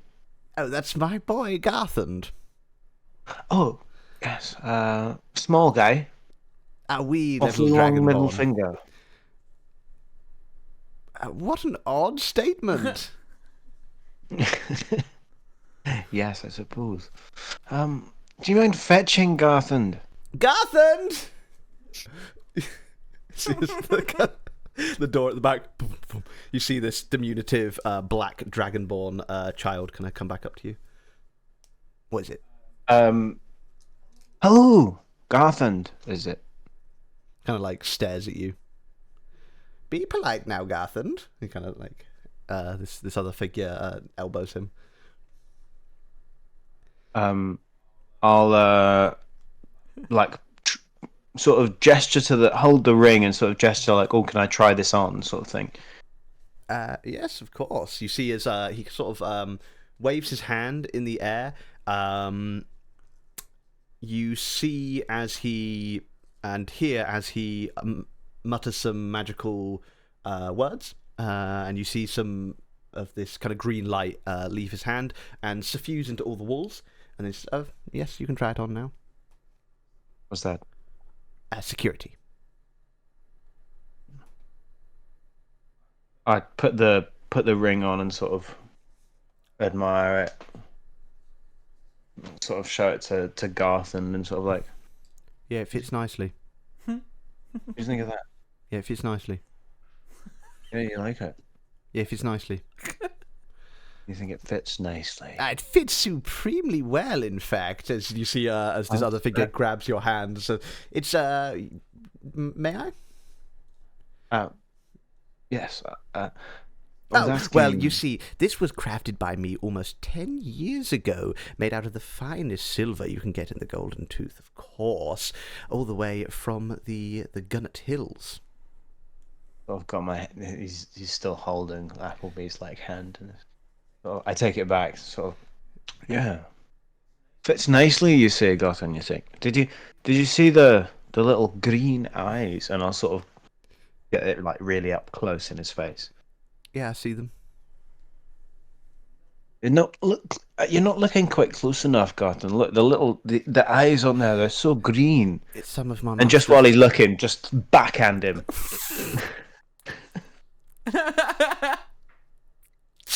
Give me an attack roll at advantage because he's surprised. God. We're into the hitting children. Or slapping a kid in front of his dad. His parents. I take it back. We shouldn't have left Appleby go by himself anywhere. No. What do I add to this? It's strength. We're not in trouble. Yeah, it would be a strength attack roll. 20 on that John. What's your strength modifier? +2. +2. You gotta Cool. fucking kill this child. Okay. He's only like a. What's the HP of a commoner? I'm getting that up right now. I believe it's Oh, I'm not intending to kill this child. Well, no, I know believe that, you but I need to know bloody if you knock him unconscious or It's not. like, what are the hit points of a child? Unfortunately, I don't think they statted up children in D&D 5th edition. So we'll go with the commoner. So you slap Garthan across the face with this ring. He is knocked to the ground, not unconscious, but you see heavily bloodied by this blow from you. I toss 200 gold over the counter in a little pouch, and I say, "Tell your boy not to be rude to strangers." And I walk out. Cool. Give me a persuasion check at disadvantage. Legendary. There's a 1. It's a nat 1. Do you want that inspo, Tom? Well deserved. I don't have an inspo anymore. I You used have it mine. You earlier, have didn't mine. You can have mine. Well, it was already at advantage. Oh, no, Can I no. use that? We usually allow you to reroll one of them with a point of inspiration, if anyone's willing. My inspo. I would say next time It's don't still- tell me, but It's still terrible. It's still really bad. So Still like, really bad? even if I re-rolled 1, it's not going to be good. So cool. Okay then. Sweet. Well, you do this slap. You throw this coinage to the ground. Garthan kind of, what the? As he's kind of like moaning on the ground there, you see as this other Dragonborn figure goes to stoop to sort of like pick him up, and you see as this kind of green magic in his hand, he closes his fist, and the door vanishes as you kind of go out to grab the handle. You just see this green sort of wall of light ahead of you now.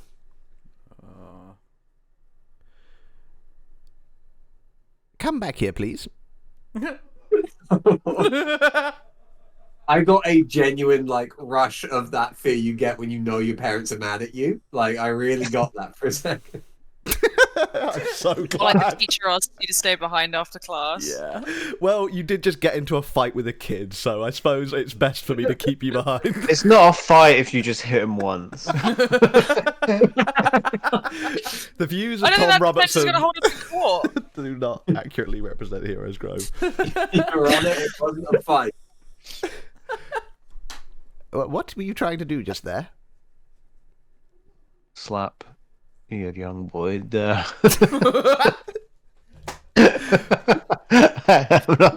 I'm not. I can see that. I'm not a complex man. Do you know who I am? Oh no. I said, do you know who I am? Do you know who I am? No. Actually, wait, Well, sorry. there we are then. Wait, sorry. Oh. No. Well, there we are then. We're even. Not quite. No, where's the door? The door? What door? There was a door in here, I'm sure. Is that right about? I'm quite sure you must be mistaken. That's a wall. I've been mistaken before. This doesn't feel like it. Apologize and you can leave. Tell your boy to apologize. What exactly did he do to you that deserved that? Garthen, tell the nice man. I just put my finger up at him. And what did you call me? I think I said fuck off. It's not nice to call people fuck off now, is it, Garthen? Master, he's insane. Kill him. Now, Abe. No, Garthen. Abe is actually my name. Violence isn't always the answer, and I think this one needs to learn that lesson. Come here. Sort of look to Garthen.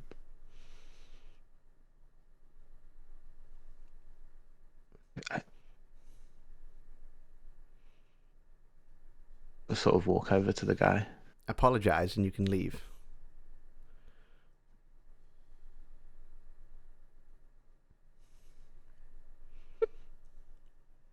You see, I don't actually need to.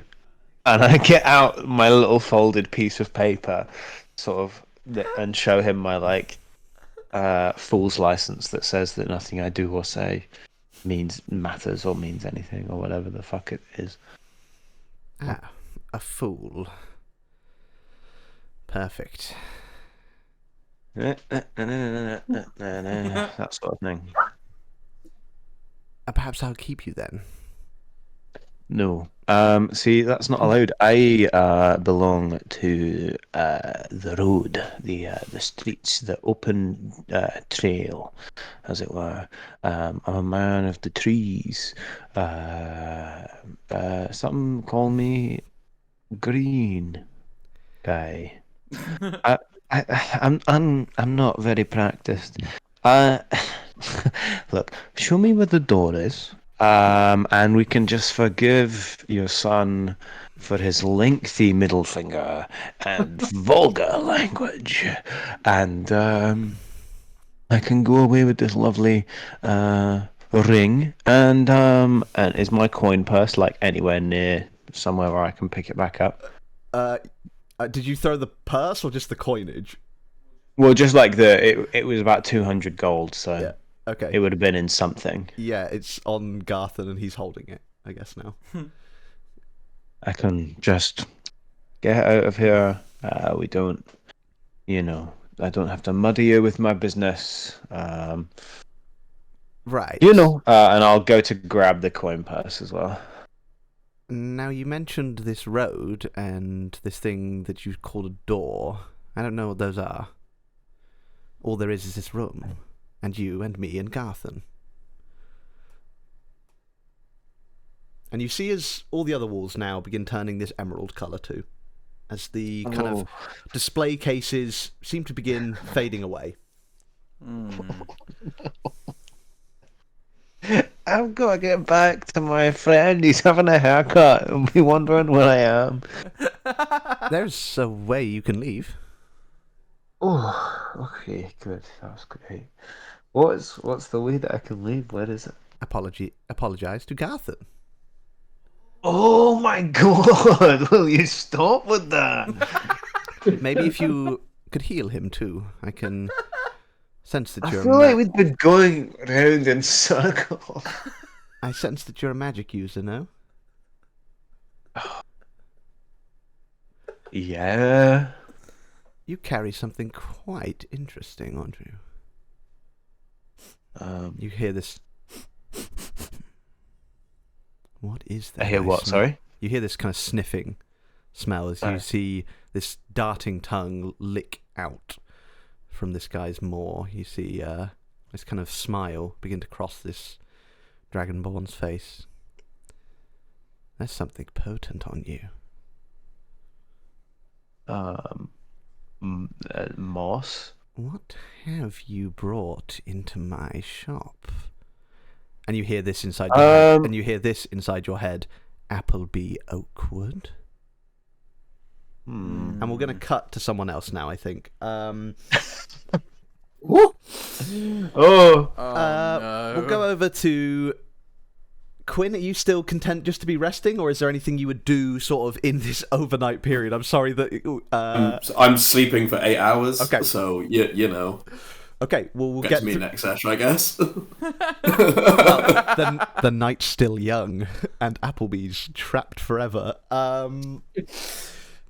Going back to the remainder of the group who went to the Ironmonger's Row, where would the lot of you be headed? I think back into the bazaar was the move. Yeah, something about a gun. Yeah. Oh, you were going to Gunnage's Guns. That's right, isn't it? Oh yeah, because Shadow's got some stuff to sell, and I want to basically see who runs it and essentially ask some questions. Let me. Radio, do you want to buy a shotgun? Now you ask me. I've got plenty for now. Yeah, but I haven't you got could a have shotgun. more. I've got everything else. Mhm. I don't have a shotgun specifically, but I've Yeah, got like 6 of them. I'm the Monopoly card you need to be able to start buying hotels and shit. I've got the shotgun. How much would Next you time want you- for it? How much are you willing to spend? Look, if you're in need of the coin, I can just lend you some. Well, no, I want to sell it, but Well I then, don't really remember how much I bought it for, and I don't do guns, so I don't know what a fair price is. So I was just kind of Alright, asking well, you. tell you what. Let's go see a gunsmith about a gun. And if they ain't interested in taking it off of you, then I'm happy to give you some coin for it. You're a scholar and a gent. Thank you, Conan. I am neither, but thank you. Cool. That was kind of the point. So you head into the Grand Bazaar, and you are met with the hustle and bustle, and you would expect this place to kind of smell like hustle and bustle, but once again you're greeted by fragrances that are pleasant. You smell that kind of baked bread smell that you smell outside of a Subway. You smell the sort of fragrance that you'd get when you open a new box of shoes. And all of you seem to individually get the kind of fragrance of that thing you've been wanting to buy for a little while. You really kind of pick up the scent of whatever would be associated with that, be it kind of, if it were something mechanical, you might smell this kind of oily fragrance, be it something clothing, you might smell that kind of fresh laundered clothes smell as you enter into the bazaar. And once again, you're feeling pretty good and you really feel like you want to buy something here. Can anyone else smell gunpowder? Indeed you do, as the three of you are carried like folk on the way to a nice cooked pie on a windowsill towards Gunnage's Guns. You see a bright, flashing, magical neon sign above this store with two pistols on either end of this kind of signpost for Gunnage's Guns, written not only in the common tongue but underneath it in smaller dwarven text. Anyone who can read dwarven would see that underneath it also says Gunnage's Guns in dwarven. As you head on inside, you are met by the smell of gun oil, lubricant, and black dragon powder as you come into one of the bigger shops in the bazaar. Is Gunnage's Guns. As Rodeo, you walk into something like Nirvana, or probably more accurately Valhalla for Rodeo, as you see walls of guns of every variety, things the like of which you have only seen in your kind of wildest dreams of what a gun could be. You see turrets, you see large over-the-shoulder weaponry, you see things mounted on tripods, bipods, you see scopes, you see ammo, you see magazines, you see anything a aspiring gunslinger might want in here. You see a whole stand behind the counter of enchanted ammunition for every purpose, variety, or target. As you are welcomed into Gunnage's Guns, you see a few kind of shopkeepers running around, and behind the desk you see this very dark-skinned orc hybrid of some kind. It's a half-orc person, and you think there's something else in there as well that's not the typical human-orc mixture. As he kind of gestures, as he sees the group of you come in, he kind of comes from around the counter and straight up to you, and he actually puts out his hand for you there, Rodeo. He kind of like spies the guns quickly at your hips, being, he's wielding, he's got some holsters himself, as this fellow kind of comes to you. Hi there, I'm Tarrant Holebuckle. Pleasure to meet you. Rodeo, the pleasure is mine. This is a very fine collection you've got going on here. Well, thank you. Thank you very much. That's was left to me by my family, and I try to keep good care of it. This establishment was dwarven founded originally, is that right? Yeah, it's a franchise now, but my pappy, he owned this one, and his pappy before him, and now I run it. Well, I assume you've seen your fair share of interesting contraptions in your day, and I was just passing through, and I thought I might wouldn't hurt to ask whether or not anything of this kind of nature has passed through your doors in the last 2-3 years, maybe. See if anything trips your memory. And she pulls out of her pocket. She's shown somebody of these before. I think it's back in Ria Priz. There was a gunsmith. Yeah.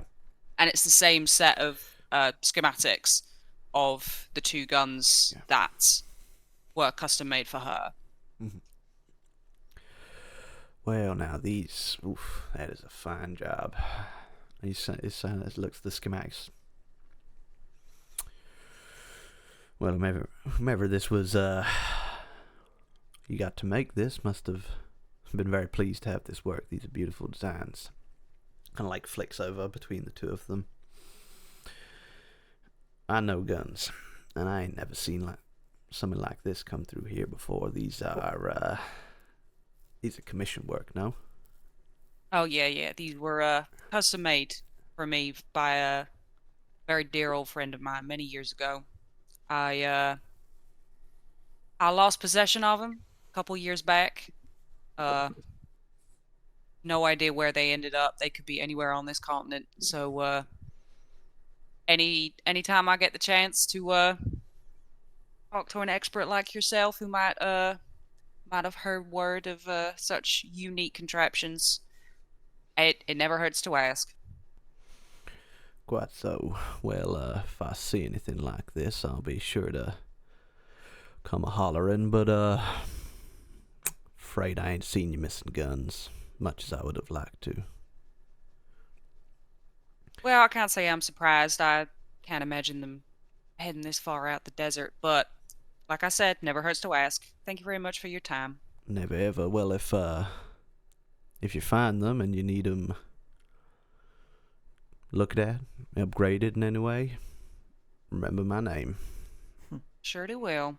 And he kind of hands you the schematics back. Says, I noticed you happen to be a connoisseur of the ranged weapon variety. Is there anything? I've become somewhat of a hoarder in recent times. It's not a hoard if you need them to live. But anything that takes your fancy here, could give you a good price if I could take a copy of these schematics.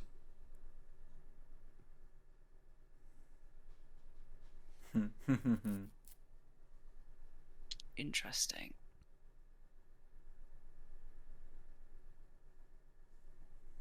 Now What? that is that's a tempting offer. This thing here, and she takes off the hunk 2.0, which is slung across her back. Oh.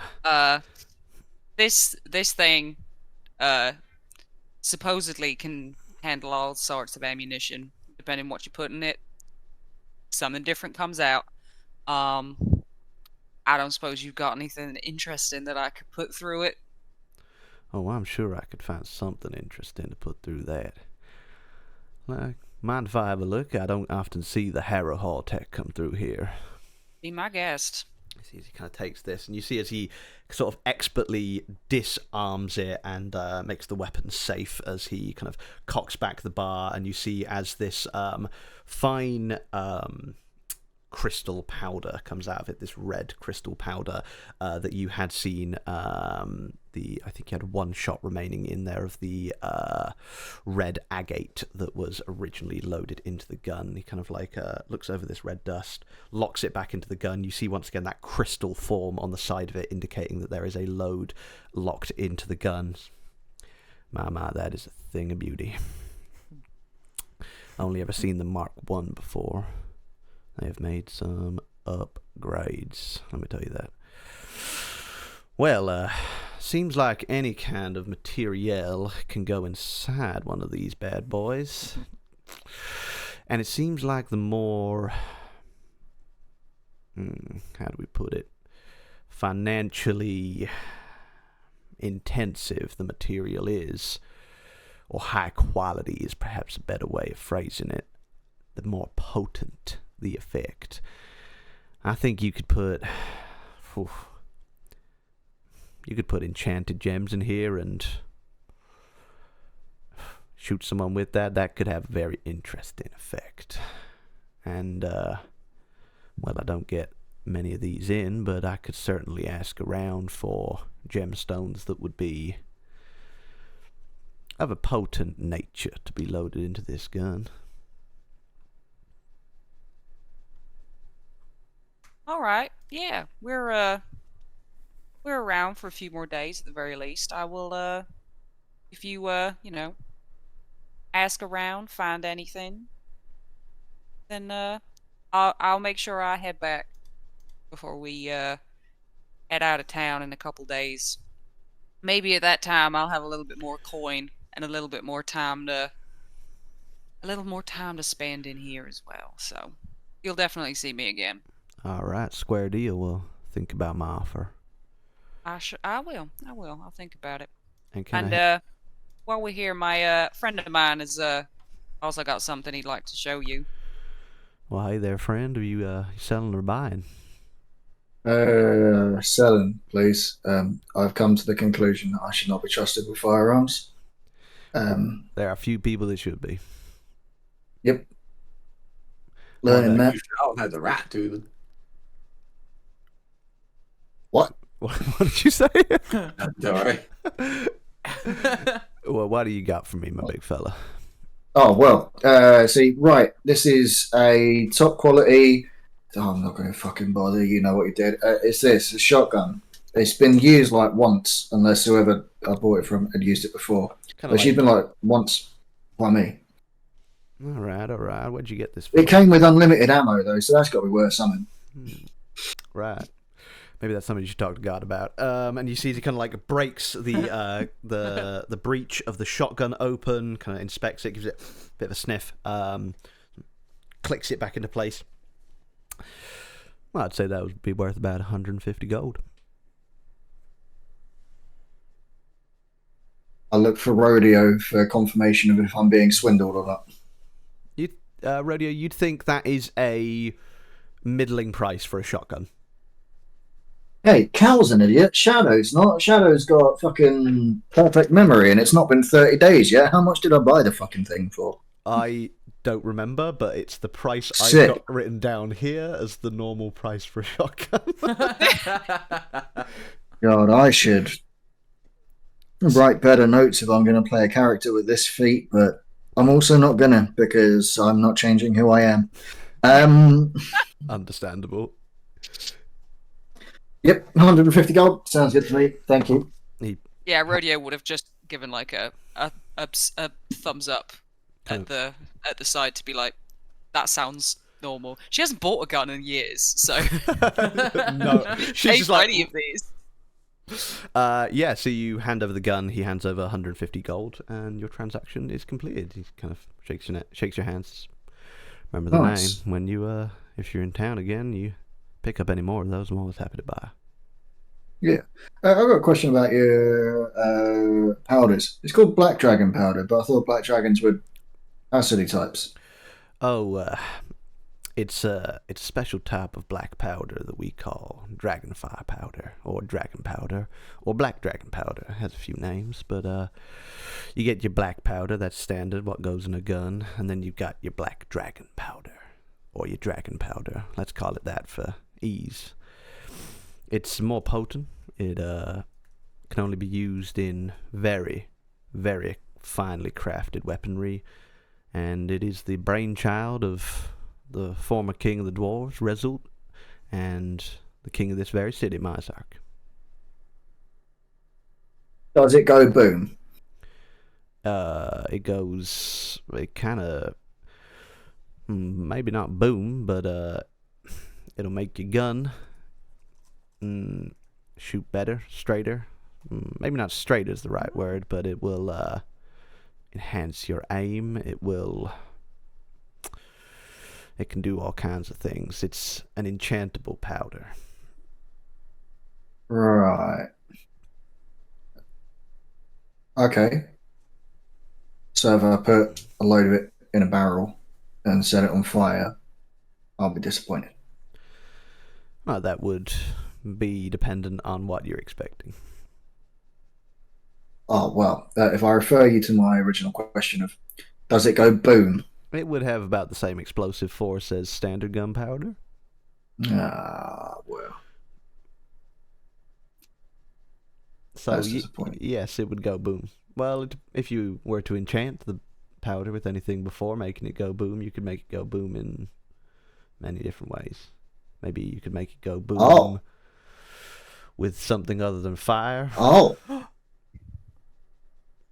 Now you have piqued my interest again, sir.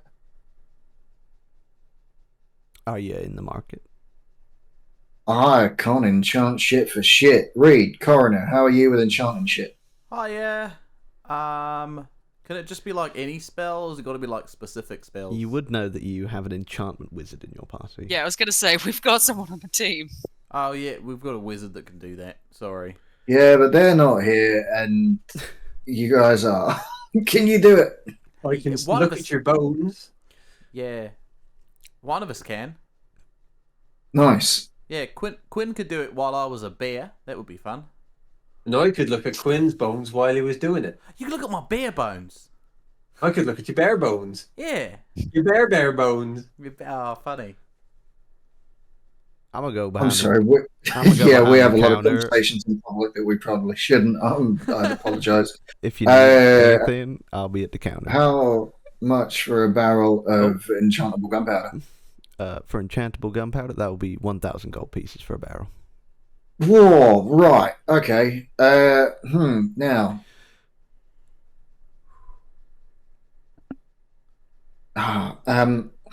Fucking hate currency. Nah.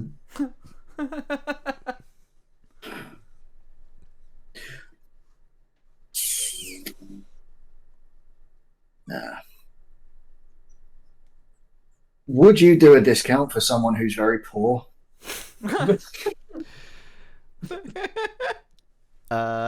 Give me a persuasion check at disadvantage.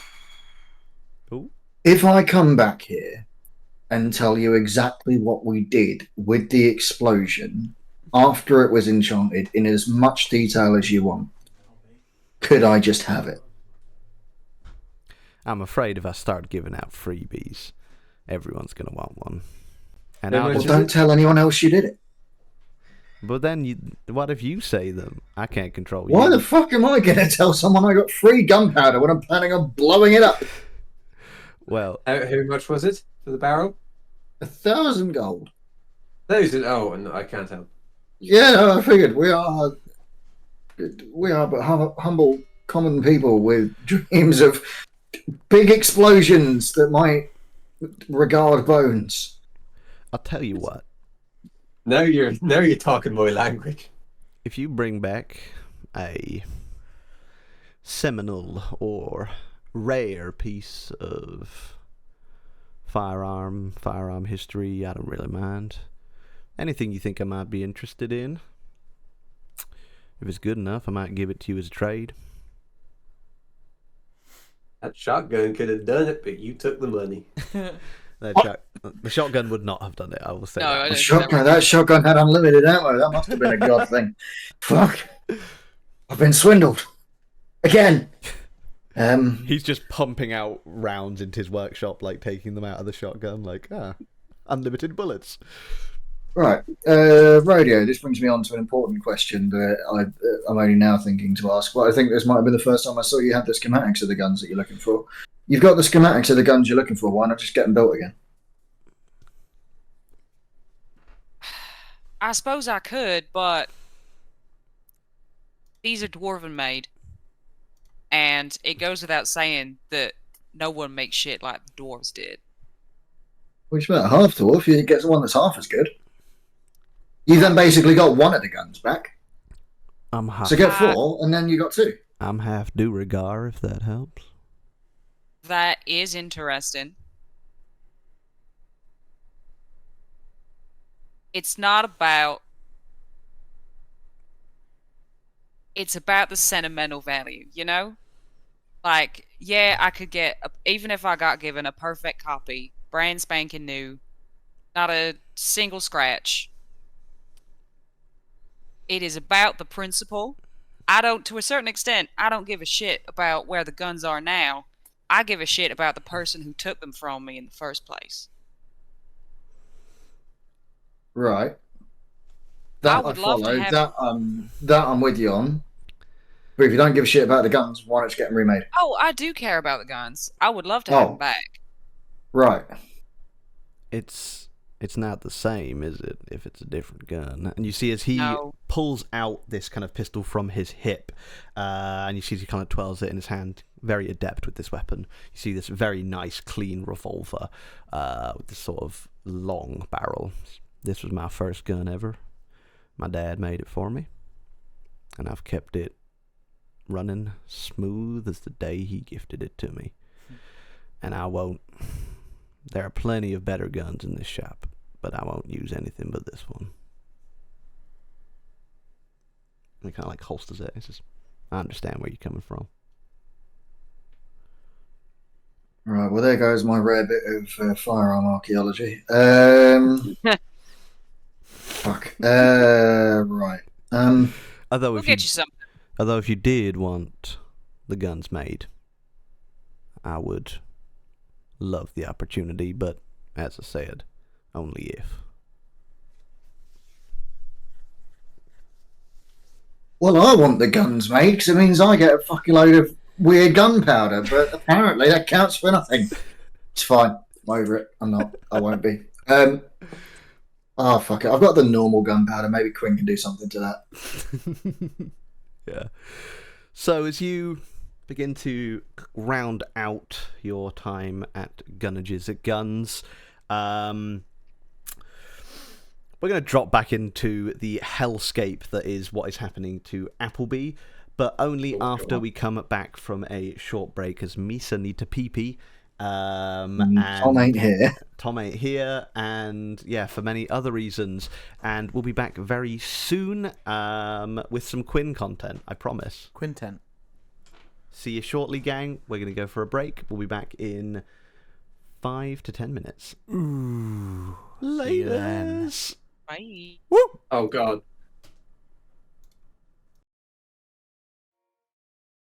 Live. Hello, Are we live? everybody. Hi. Is it Welcome back to Ellseworld. We're going to be elsing some worlds. Where we last left off, Quinn is sleeping in a morgue. Coroner had a haircut.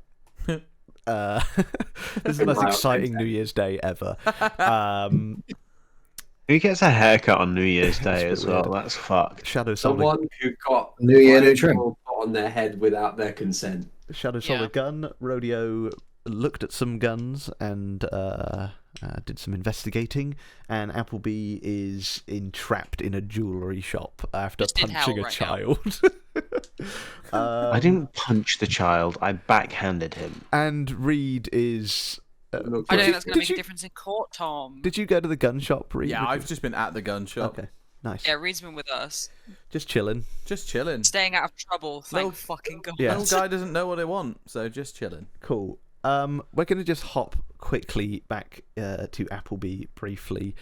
As you begin seeing as these the remainder of the walls of this shop begin fading into obscurity as they are replaced by these glowing green walls, as you also feel the sense of scale expand here as the walls are getting further and further away from you. You also feel like you're lowering down as the ceiling is also getting further and further away from you. You are now sort of on a plain floor. You can see Garthen there on the floor with the kind of pouch of gold, a bloodied nose. And you see, kind of stood next to him, now seemingly about 2 or 3 feet taller than he appeared before, is this emerald dragon that you've been conversing with, as he kind of like looks down upon you, says,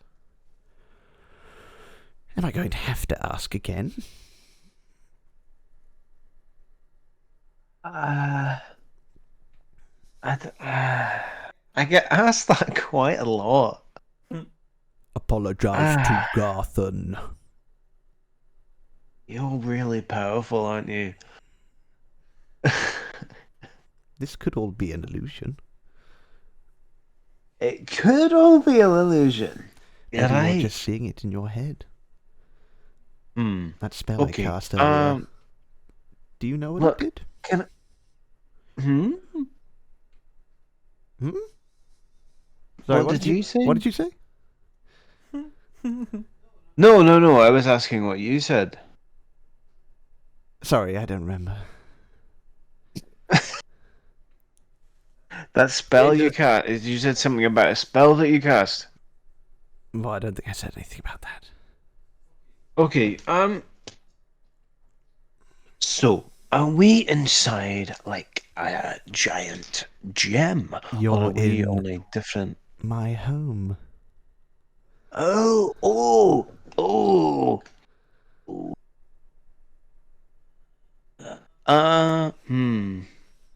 I guess Well, then. technically we are kind of inside of a gem, though. Yes. A good guess. Even better. Well, let's have a celebration, and I'll go over to Garthen and As sort of you- offer him my hand. As you go towards him, he puts his hand on you. Who puts his hand on me? This larger dragonborn-esque fellow. He stops Okay. you. He puts his hand on you. In a threatening way. No, just to stop you from getting anywhere within arm's reach of Garthen. Okay, cool. I just sort of like pause, and I'm looking up at this guy. Right, he's much taller than me. He is now appearing about 7 or 8 feet tall at this stage, whereas before you probably at most would have seen sort of 5, upper 5 foot. Sorry, what did you say your name was?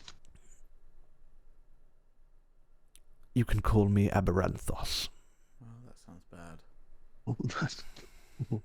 Aberanthos. I didn't get to do my usual.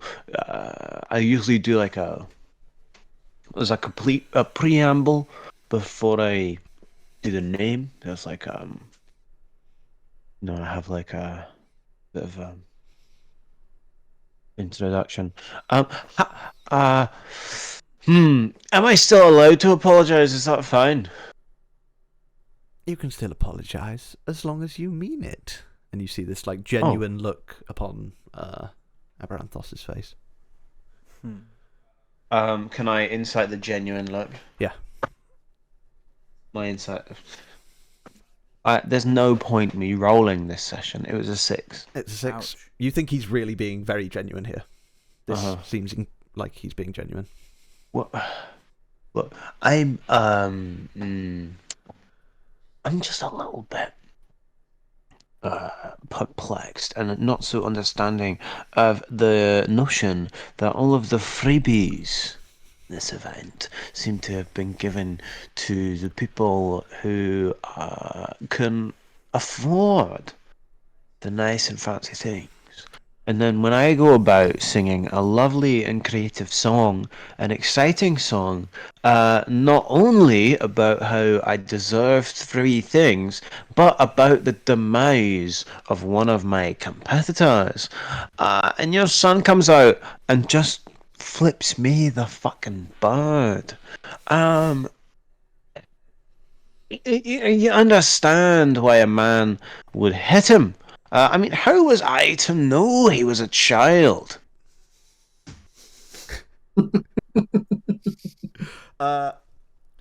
Cool. He's gonna incite you there. Yeah. Can you give me persuasion or deception, whichever you feel Appleby again is doing? Whether you think he's deceiving him or whether you think this is Appleby doesn't really realize. Cool. Here.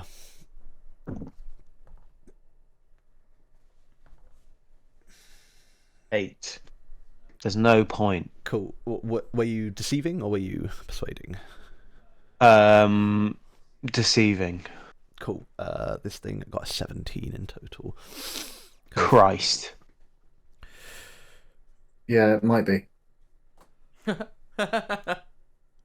I can sense your truth.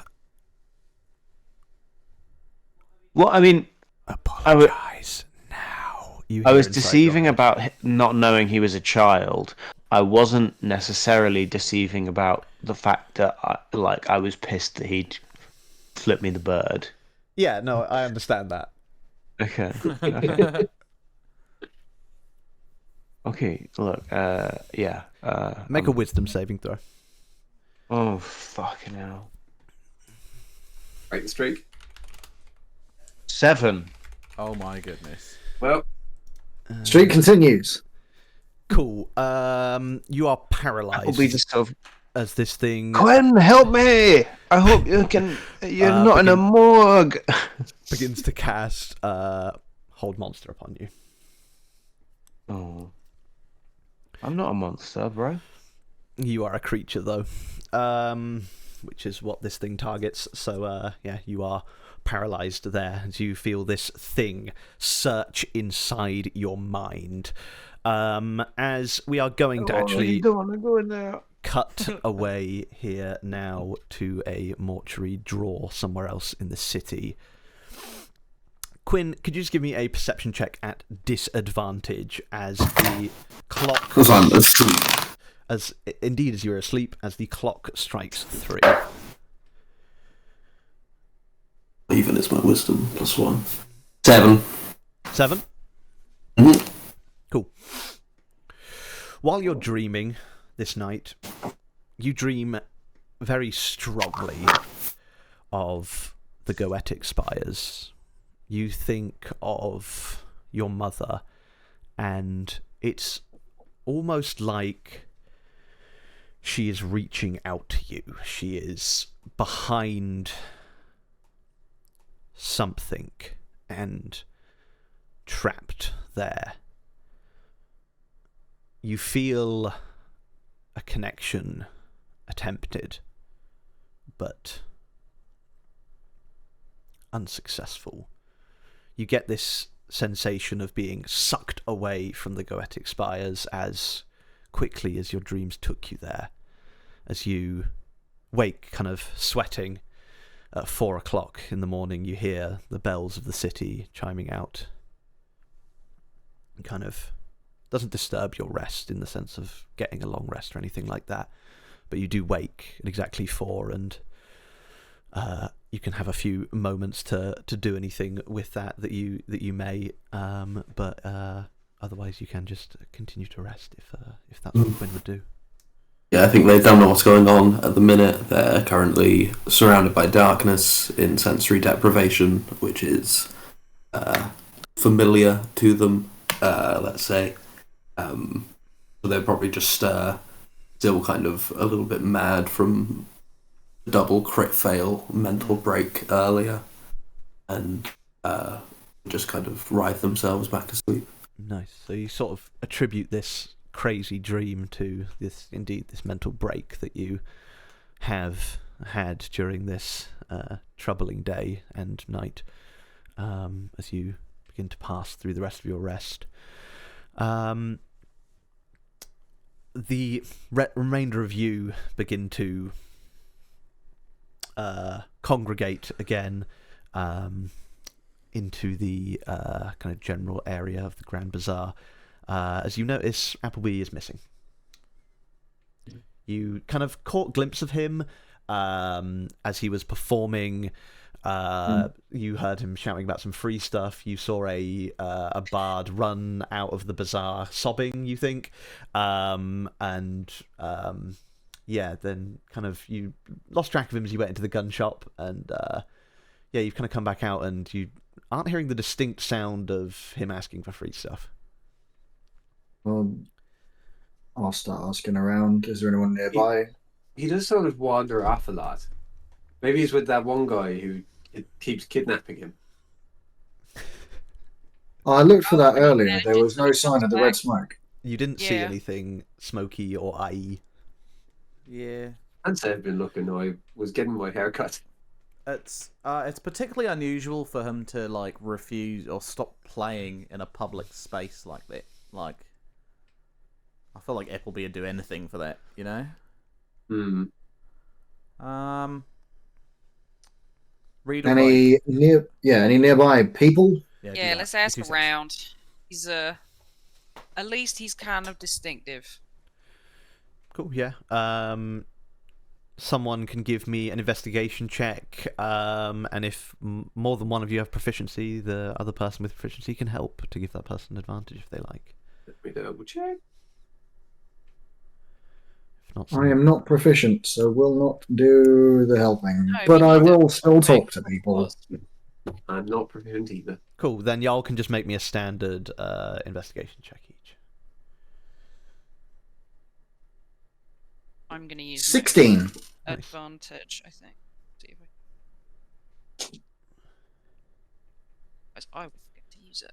Has anyone seen the soil man? We are looking for the soil man. The soil man, the soil man. Has anyone seen the soil man? I do a perception to see if I can see him or his footprints. Yes, and for now, what did y'all get with your investigations? Sorry. 16. 16, nice.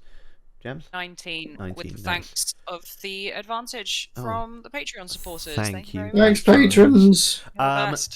With those rolls, you sort of quickly gather an idea that there was some kind of altercation with a child that basically told him to fuck off.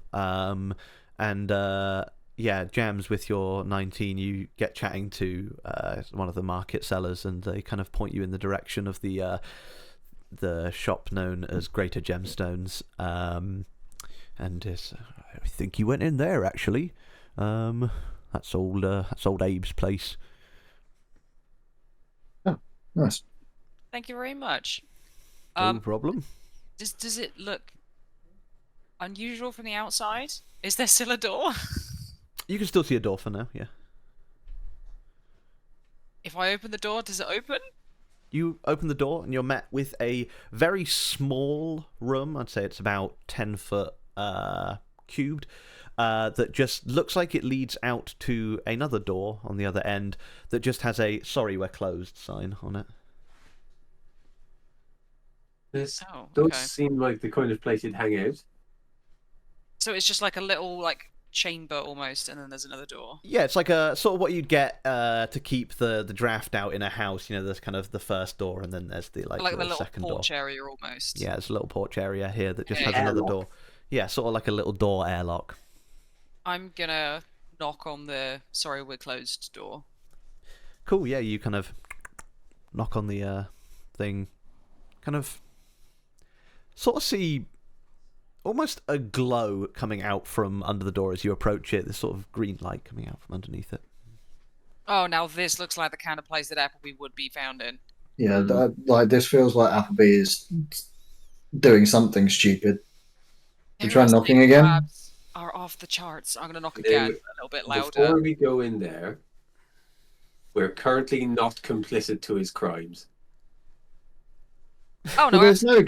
guarantee that there was a crime, There's no but guarantee. for sure there he's was. doing something stupid, Yeah, definitely something that's stupid. foolish, if you will. Maybe something illegal. We don't know.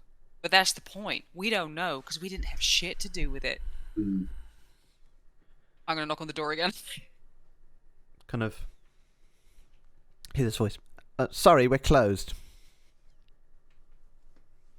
Yeah, we can read the sign. We're looking for our soil friend.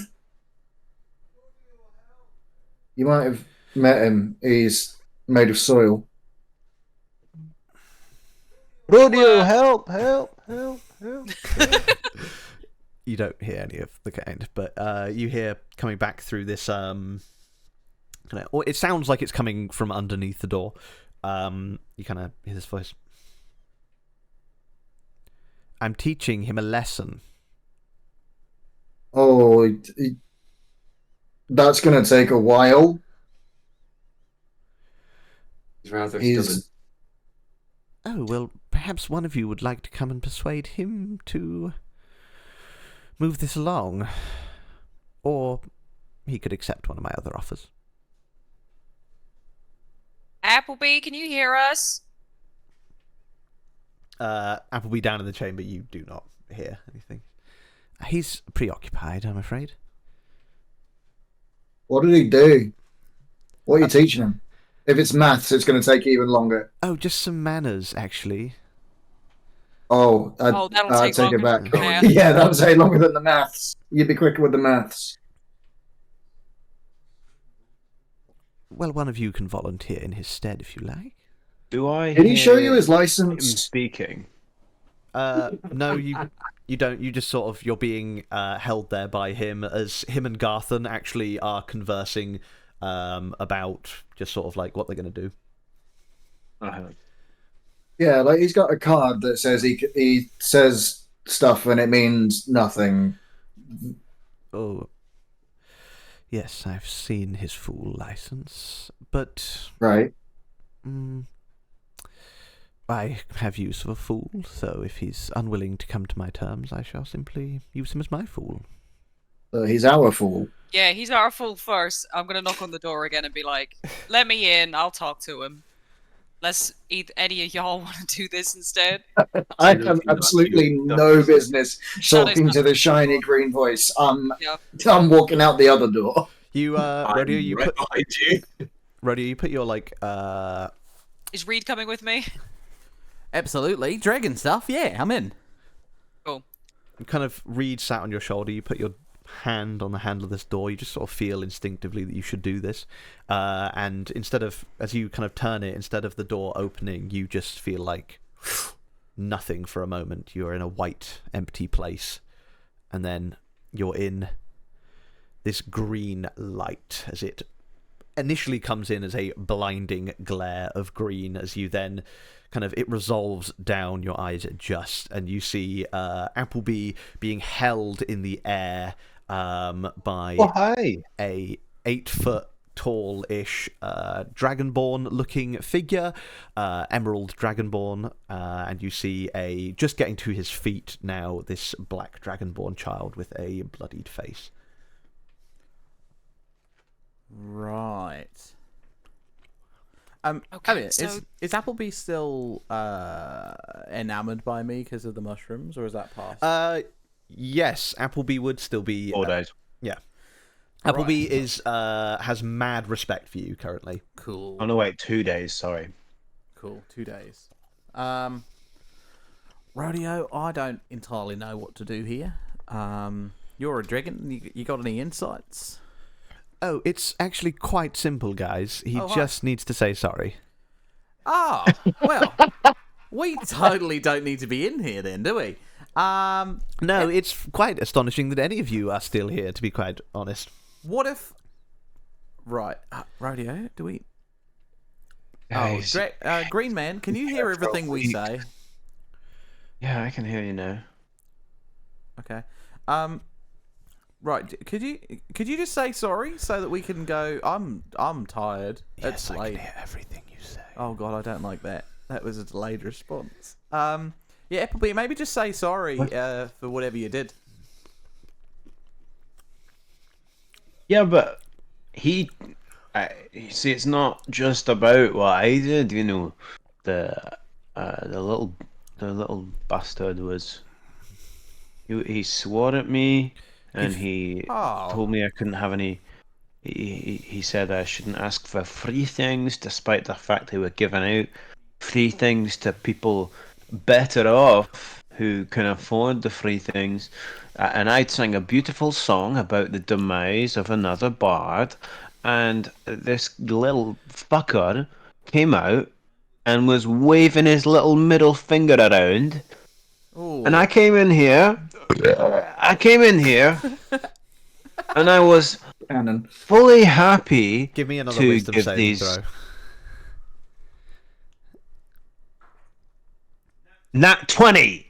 Yes, finally. You feel as this guy tries to stop you from talking with this magic. He's heard this now, and yeah, you just Nothing can stop He's Appleby. trying to stop me from talking! And I can feel it, and I can feel him trying, and I'm not gonna. And, he's going to look at you two. He's going to say, "What is this thing, and can I destroy it?" Okay. So We don't know, and we'd yeah. rather you didn't. Yeah, I was going to say we don't know and no. But that works too. Listen, you've just discovered how hard it is to make him stop talking. It is somehow even harder to get him to say something that he does not want to say. Might I just propose for a moment? Perhaps the creature that you have in your grasp, although they've been not very nice. Appleby will have words. We're not sure how in control of their own what they say they are. I mean, they look bewitched as hell. What's going on there? So maybe we should just cut them some slack, and then when they're not what they are now, I'll bring them back for a proper apology. Give me a persuasion check. Damn it. Okay, I thought I'd try at least. Yeah. 7. The Len Goodman of persuasion checks. He looks at Appleby. You have 3 options, fool. Be mine forever. Give me one of those things you carry. Not an empty one. And finally, the third option is you can just apologize. okay. That was easy.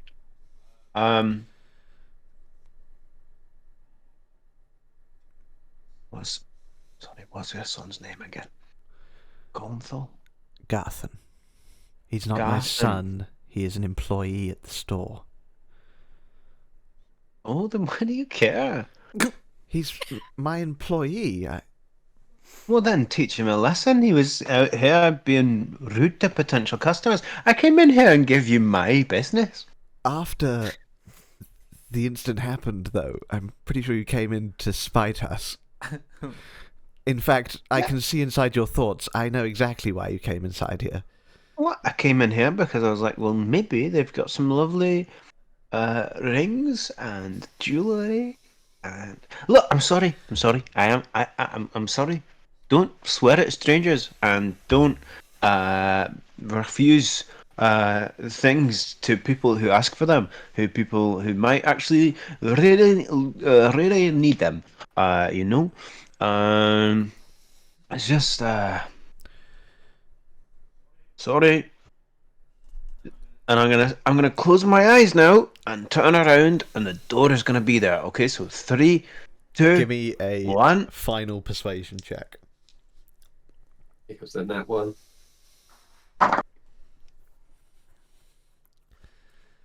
12. 12? Well, with the Yeah. 10 that he rolled on his insight, Thank fuck. he sees, gives you another cocked brow. That'll have to do, I suppose. Be gone from here and never return, fool. And you're all, before you know it, in the little lobby room, looking at the closed sign in front of you. Oh. Do I still have the ring on? No, Oh. Do I have my gold back? you have your gold back. Nice. While we were in there, obviously this guy had the form of a dragonborn, a very Yes. large one. Yes. I've met enough dragonborn who aren't dragonborn at this point. Was the vibe check on that guy? No roll needed. He is a dragon. Absolutely, yeah. You would have clocked it Yeah. almost Yeah. immediately at this stage. You like the body like transforming in shape, the kind of just the where you were, the level of power he was at.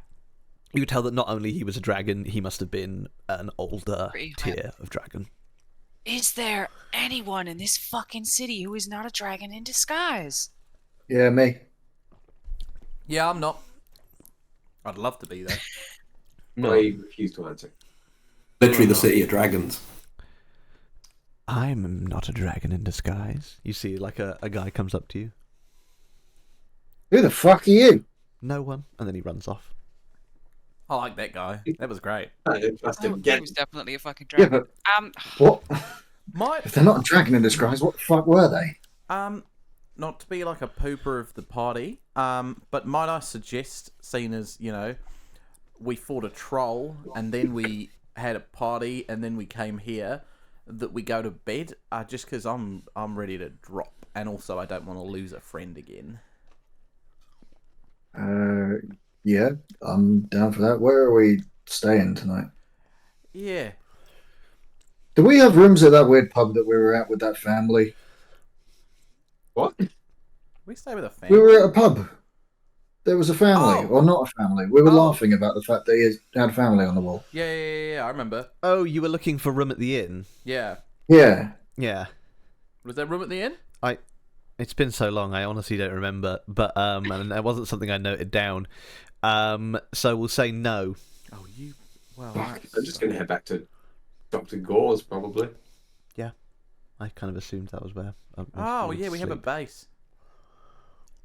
Yeah, we can Oh, I thought still we go were- back down below ground. At We just have most- to maybe, At most, like- it takes about an hour to get there. So yeah. I We just thought need we to were- lie low a little bit.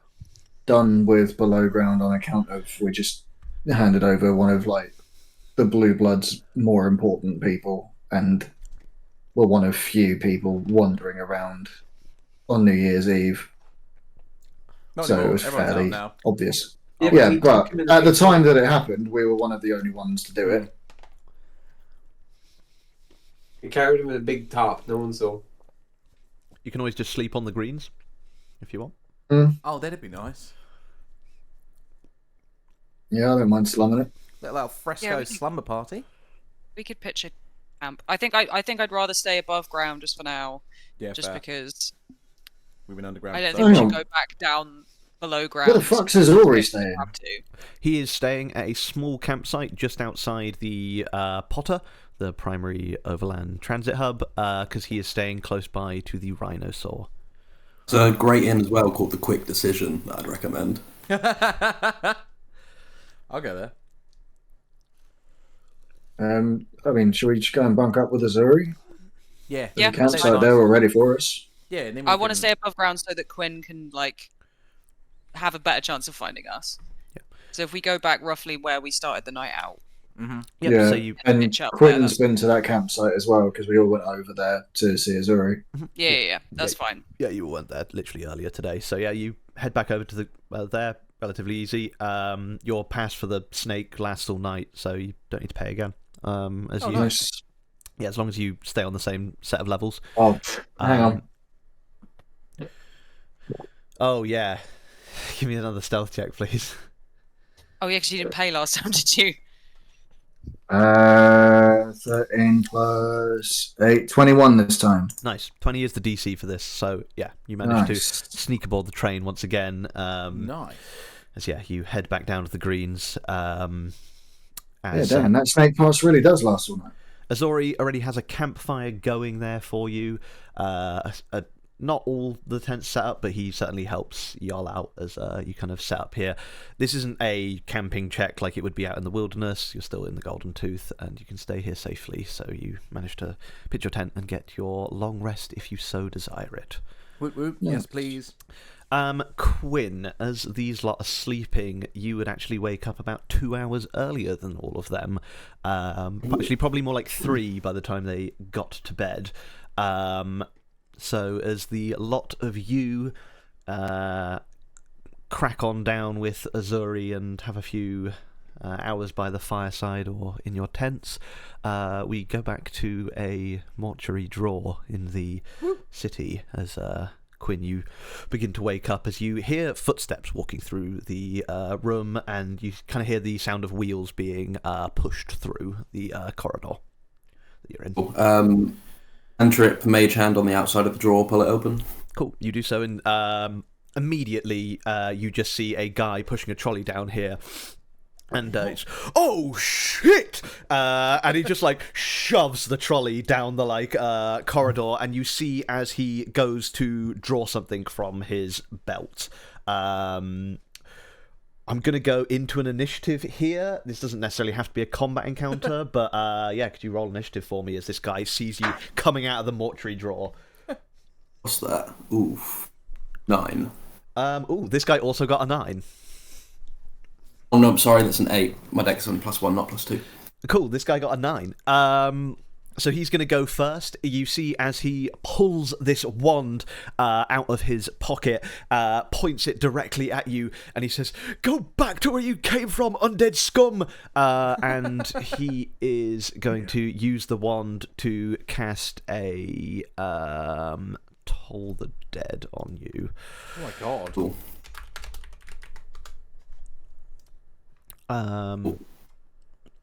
Of some kind. Wisdom saving throw, please. Oh, Jesus Christ, 5. 5? Cool. You're not missing any hit points, so it's just going to be 1d8 of damage for 1 point of necrotic damage as he targets you with this this spell. As you see this wand with a skull as the kind of bottom piece of the wand below where you'd hold it, below the grip. As that is his turn, he's going to, seeing that failed, actually, he's going to, pushing the cart sort of out of the way more, start heading back out of the corridor and sort of up towards the stairs that lead back to the street. Okay, I'm gonna traumatize this man. I use half my movement to stand up. I just get him in sight if he's within 90 feet of me. He is in within 90 feet of you and within sight. If he can give me a DC 16 Constitution saving throw, please. Yes. Good lord. A crit fail. Check again. Cool. That's all. So, similar to last night when I teleported Reed up into the tree line, kind of harness that energy, kind of imagine this guy where I want him to be, and punch him out of reality momentarily, and he kind of like fades into mist. I cast Vortex Warp and teleport him to a point I choose. Yeah. I'm gonna lay him down in the drawer I was in, and then bonus action close the drawer. Nice, cool. You do so. He's like climbing up the stairs. How does this manifest for you? Yeah, he literally just like punches out in mist, and then as I like move my hand out, pull my hand back in, and he just like reappears like screaming as he was just like laid down in the mortuary drawer. Nice. And I'll just kind of say, "Sorry," and as the drawer closes on him, as you kind of then begin to hear some like boom, boom, boom, boom, banging coming from the inside. Are you just holding the drawer shut, or are you gonna I'd allow you to kind of hold it there with your bonus as well, or do you want to just leave? I'm gonna start leaving, and as I start leaving, at the beginning of the next round, I'll just tell my mage hand to like move the cart in front of the drawer that he was doing it, just to kind of like block it. Cool. You see, there's no way to pull it from the inside, so you just hear banging go from inside the drawer as you climb back up the stairs. You see the same guy putting out the sandwich board again as he kind of like looks around to you, kind of like does a bit of a double take as you walk out, and you kind of like fade into the crowd as he kind of like is calling after you like, "Wait, come back here," as you blend into the crowd, as you can do very easily with your changeling nature. Spend a couple of gold, get like some breakfast burritos for the gang. Nice. And then go to Oriax's house, as mentioned in my note. Cool. I'll stop at a blacksmith on the way and do what we mentioned as well. Nice, you do so. Offer him one of the dragon scales for... no roll needed to find him. Just give me a quick persuasion check, just to see if there's something you can do here. It's my first roll above 10 this session. Nice. So 19. Nice. And a 19.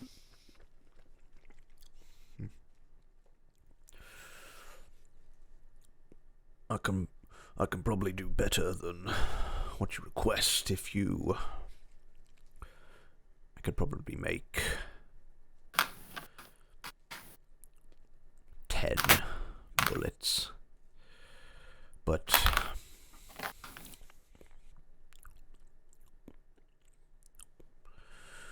I will use all of them for that. Yeah, that's fine by me. Nice. Yeah, you do so, and he I was also keeping that secret, but... Oh, shit, sorry. I know, I realised literally as soon as I said it. Sorry. But yeah, you go and you get your breakfast burrito and head down. He gives you a receipt, and it says it'll be done by the end of the day. I'll go wait at Oriax's. Cool, yeah, you do. It's still secret from me. My brain wasn't switched on. Yeah, same. The rest of the gang, you wake up, crisp morning air, the lovely fragrances still assaulting your senses, and it's truly New Year's Day in the Golden Tooth now. Azori once again up first before everyone else stoking the fire. Morning. How's everyone feeling? Yeah, good. Is Quinn here? Nope. Oh. Rodeo, you awake? Quinn told me. Did you just ask for me? Yeah, what's up? Well, you've answered my question by answering. I asked if you were awake. Did Quinn say how long they were going to be? Yeah, they said if we didn't see him last night, they were going to head back up to the house of Oriax. So it would be a good idea to meet him there, I think. Cool. Yay. Nice. Was that the dragon? That's the Magister Primus. Nice. Let's go. Is it the like a high wizard to the king? He is Mizark's court wizard and right hand man. Sick. They're the one who's going to give us a shopping list, right? you kind of head up to the Potter again, and as you approach the kind of the disc system, Quinn, you would have experienced this on the other levels as well. They know to give you free passage up to the Dragon's Roost for the purposes of seeing Auriax. Nice. These discs are essentially paid for by Auriax for the purposes of you coming to see him. Oh. Nice. I still try and sneak on anyway. You do so. As you fly on up to the Dragon's Roost, you once again land in this dragon scaled in the sense of size rather than the small things on their bodies district. These massive buildings and manses stretching before you as far as the eye can see.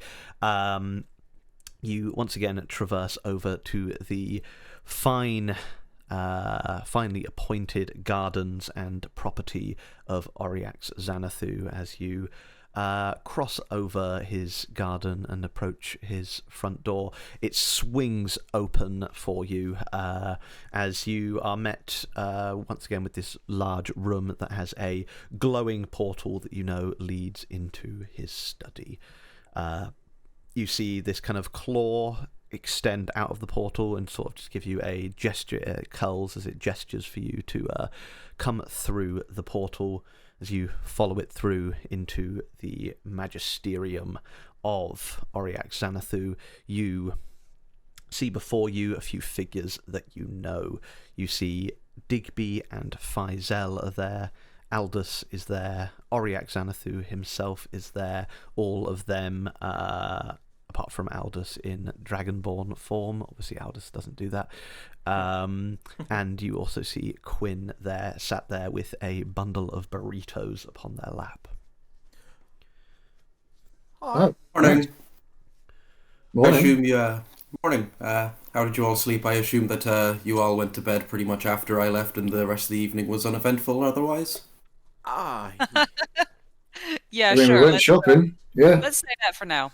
Give me one of those. And she just fucking goes up to Quinn, grabs one of the burritos, and as she does, kind of like as she's like leaning, because I assume you're sat somewhere, like leans down to pick one up, just kind of like quietly enough that no one else can hear. Be like, "Is everything okay?" Of like looks up and you can see that like he's just got like heavy bags under his eyes. Just like I think I broke a bit last. I looked inside and there was a part of me missing. I'll get into it later, but let's do the same to Appleby and see if he has a bit missing. I slept in a morgue drawer for a night. I had some big revelations. It was sensory deprivation. It was great. Beast. Okay, cool. All right. Well, I'm glad you're here and you're still in one piece. Thanks for the breakfast. It's like squat up on the chair. They've definitely got like mad wizard vibes despite having a long rest. Perfect. Love that. Well, Are they for all of us, or did you really need a breakfast this morning? Oh, they're to share for sure. Sweet, thank you. I'll walk over and grab one. You're muted, Appleby. You muted, Tom. Fuck! Hi. I've been trying to interject for like a while. that's quite funny. Oh no, I'm so sorry. No. It's fine. After Rodeo goes over and does the little lean in to take the burrito and has a chat to Quinn and whatever, and has walked off, Appleby will go over and have a little chat to Quinn and lean in to grab a burrito. He'll just sort of get quite close to Quinn, get quite hush-hush, just sort of go, I backhanded a child, and then take one of the burritos and walk away. And like double takes. Just I think still thinks they're dreaming. It's Yeah. like, let's do that same thing on Applebee's. See, if a part of him's missing, I backhanded a child. Something's definitely missing. What kind of burritos are they? They good? We just got a mix. Some meat, Sweet. some veggies, some kind of sweet ones. Why not? Some fish. Ooh. Any of these got seeds in? Some just like absolutely covered in oil with scraps of metal. Yeah. For Shadow, obviously. Yep. Save one of those for me. It's the wrap is tin foil and it's like secured. Oh, it's to- just tinfoil. I have a zinc deficiency. Are you quite done with your burritos? Fuck, I forgot you were Palpatine. I am Oriex, not Palpatine. Clearly. Are you done with yours? It was delicious, thank you.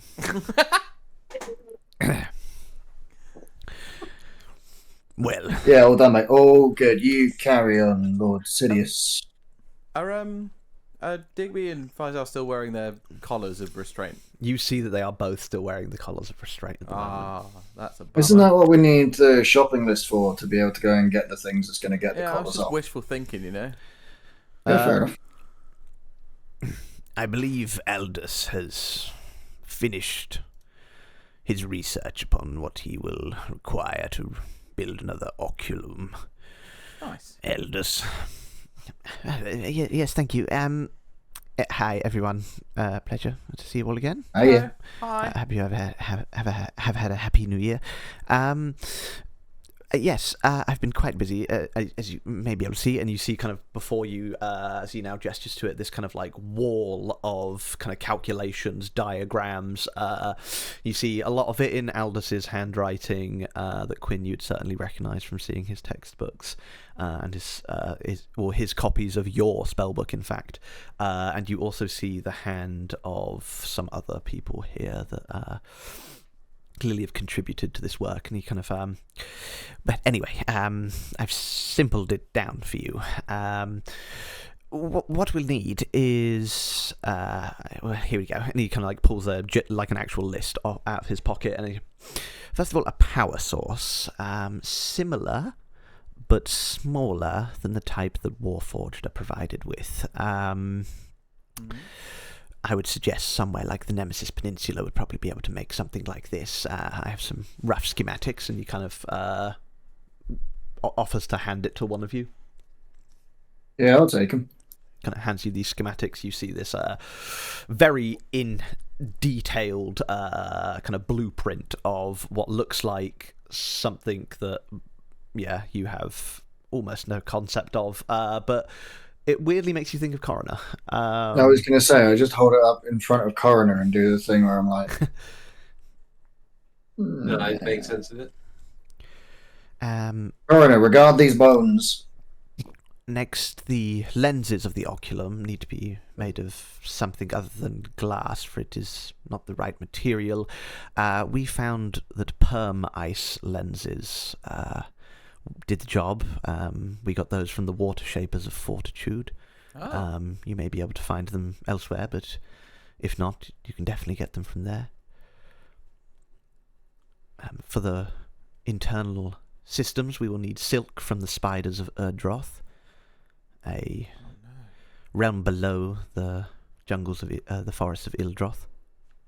Do I know that? Spider silk. The energy of a captured elemental.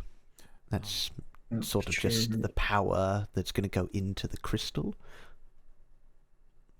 Captured element. Oh, what from a captured elemental? It's energy. It's energy, yes, it's being, really. Can You don't have any of this shit just lying around?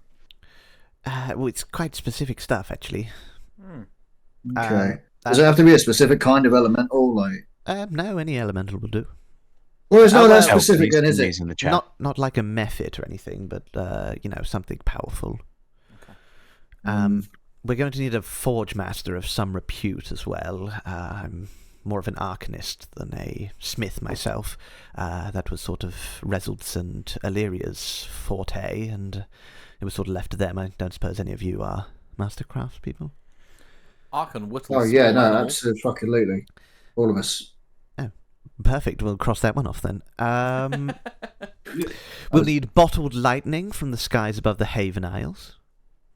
That's sort of to ignite the whole thing. Okay. Hold on. I was too busy being sarcastic. I forgot writing my list. I got a master craftsman. Yes, bottled lightning from the skies above the Haven Isles. It's magically infused. It comes almost directly from the source. Bottled lightning from Haven Isles. You will need some ancient jadeite from the jungles of the Majanti. Oh, Jedi from the jungles. Reed, if you don't have that on you, I'm going to be upset. I don't have every rock on me. I've got That's most though. not Do you want true. to see?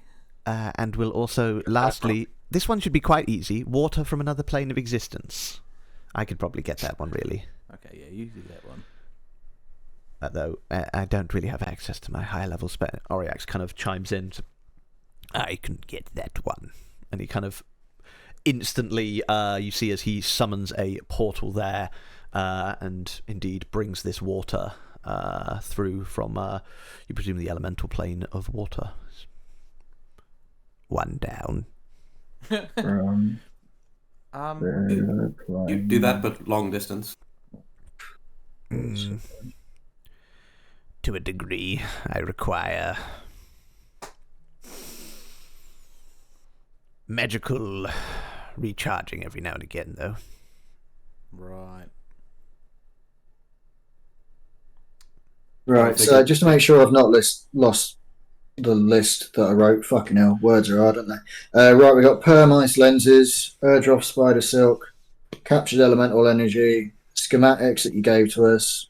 We need a master craftsman, bottled lightning from the Haven Isles, Jedi from the jungles of the Majanti, which I can't say I'm too pleased about, and water from the plane of water, which we've already got. Sweet, so we've crossed that one off. You missed off the power core. No, that was the schematics. Ah, right. Okay. But to be honest with you, mate, I'd forgotten what that was, so I just wrote schematics. Nice. Power core. And you're sure we can't take apart Coroner? I didn't say anything of the sort that you couldn't. But I don't think it's... If we take them apart and use it, can we then put them back together? It's not... It needs to be smaller than the one that exists within that unit. We'll just shave a bit off. No, You do no such thing. I would like to not kill a friend if we can avoid it. That would probably... Well, my be hope good was it too. wouldn't kill them.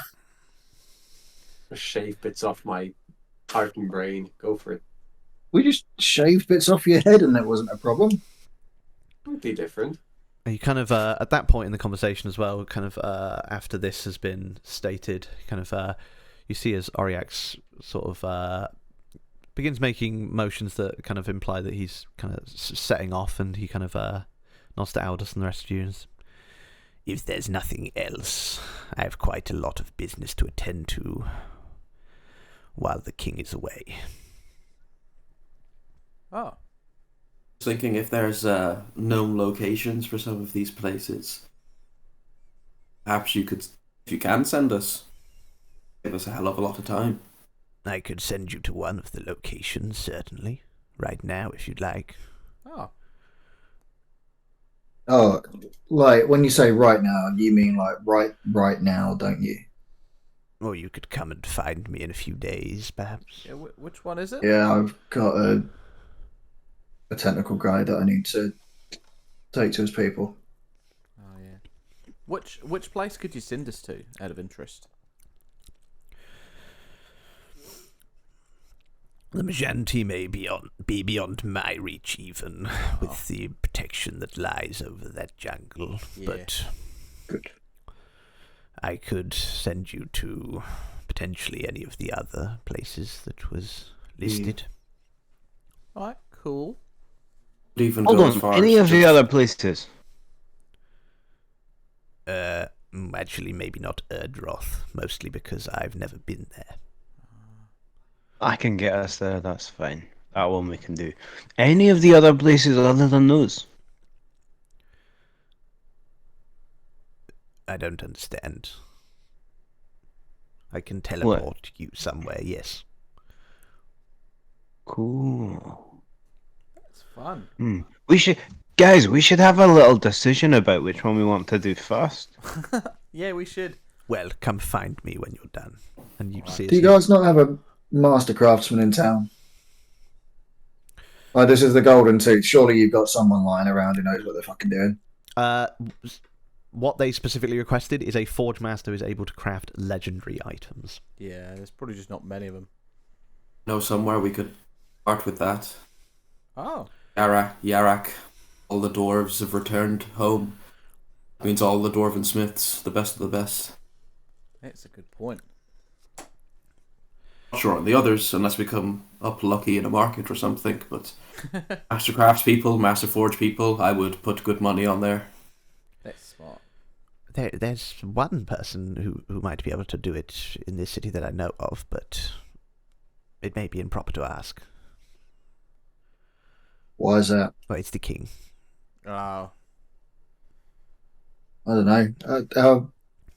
Now, hypothetically, imagine for a second that my body is controlled by the brain of a 29-year-old human idiot who has completely forgotten the reason why we're gathering all this shit. To take the collars. Why we're gathering all this shit? You are gathering this stuff to make a device known as the oculum. This Yep. will allow you to sense weak points, basically, in the fabric of reality, which will, firstly, let you know when rifts are either about to happen or sort of are happening, and it will also allow you to find places where it is easier to cross over to other worlds. The other worlds that are usually inaccessible through conventional magical means, like plane shift, etc. Yeah. I mean, it sounds to me more like it would be improper not to ask the king to help in such an important matter. As Oriax then kind of turns and says, "The king is away, as I've just mentioned, I'm afraid." Well, yeah, but it'll come back eventually, probably before we find a fucking forge master who can craft legendary things. You kind of see a funny expression go over Oriax's face as you sort of mention, like, he'll be back at some point, and he kind of turns and begins to walk out. It will be back, right? That's the thing. Kind of Oriax looks back to the lot of you and says, I certainly hope so.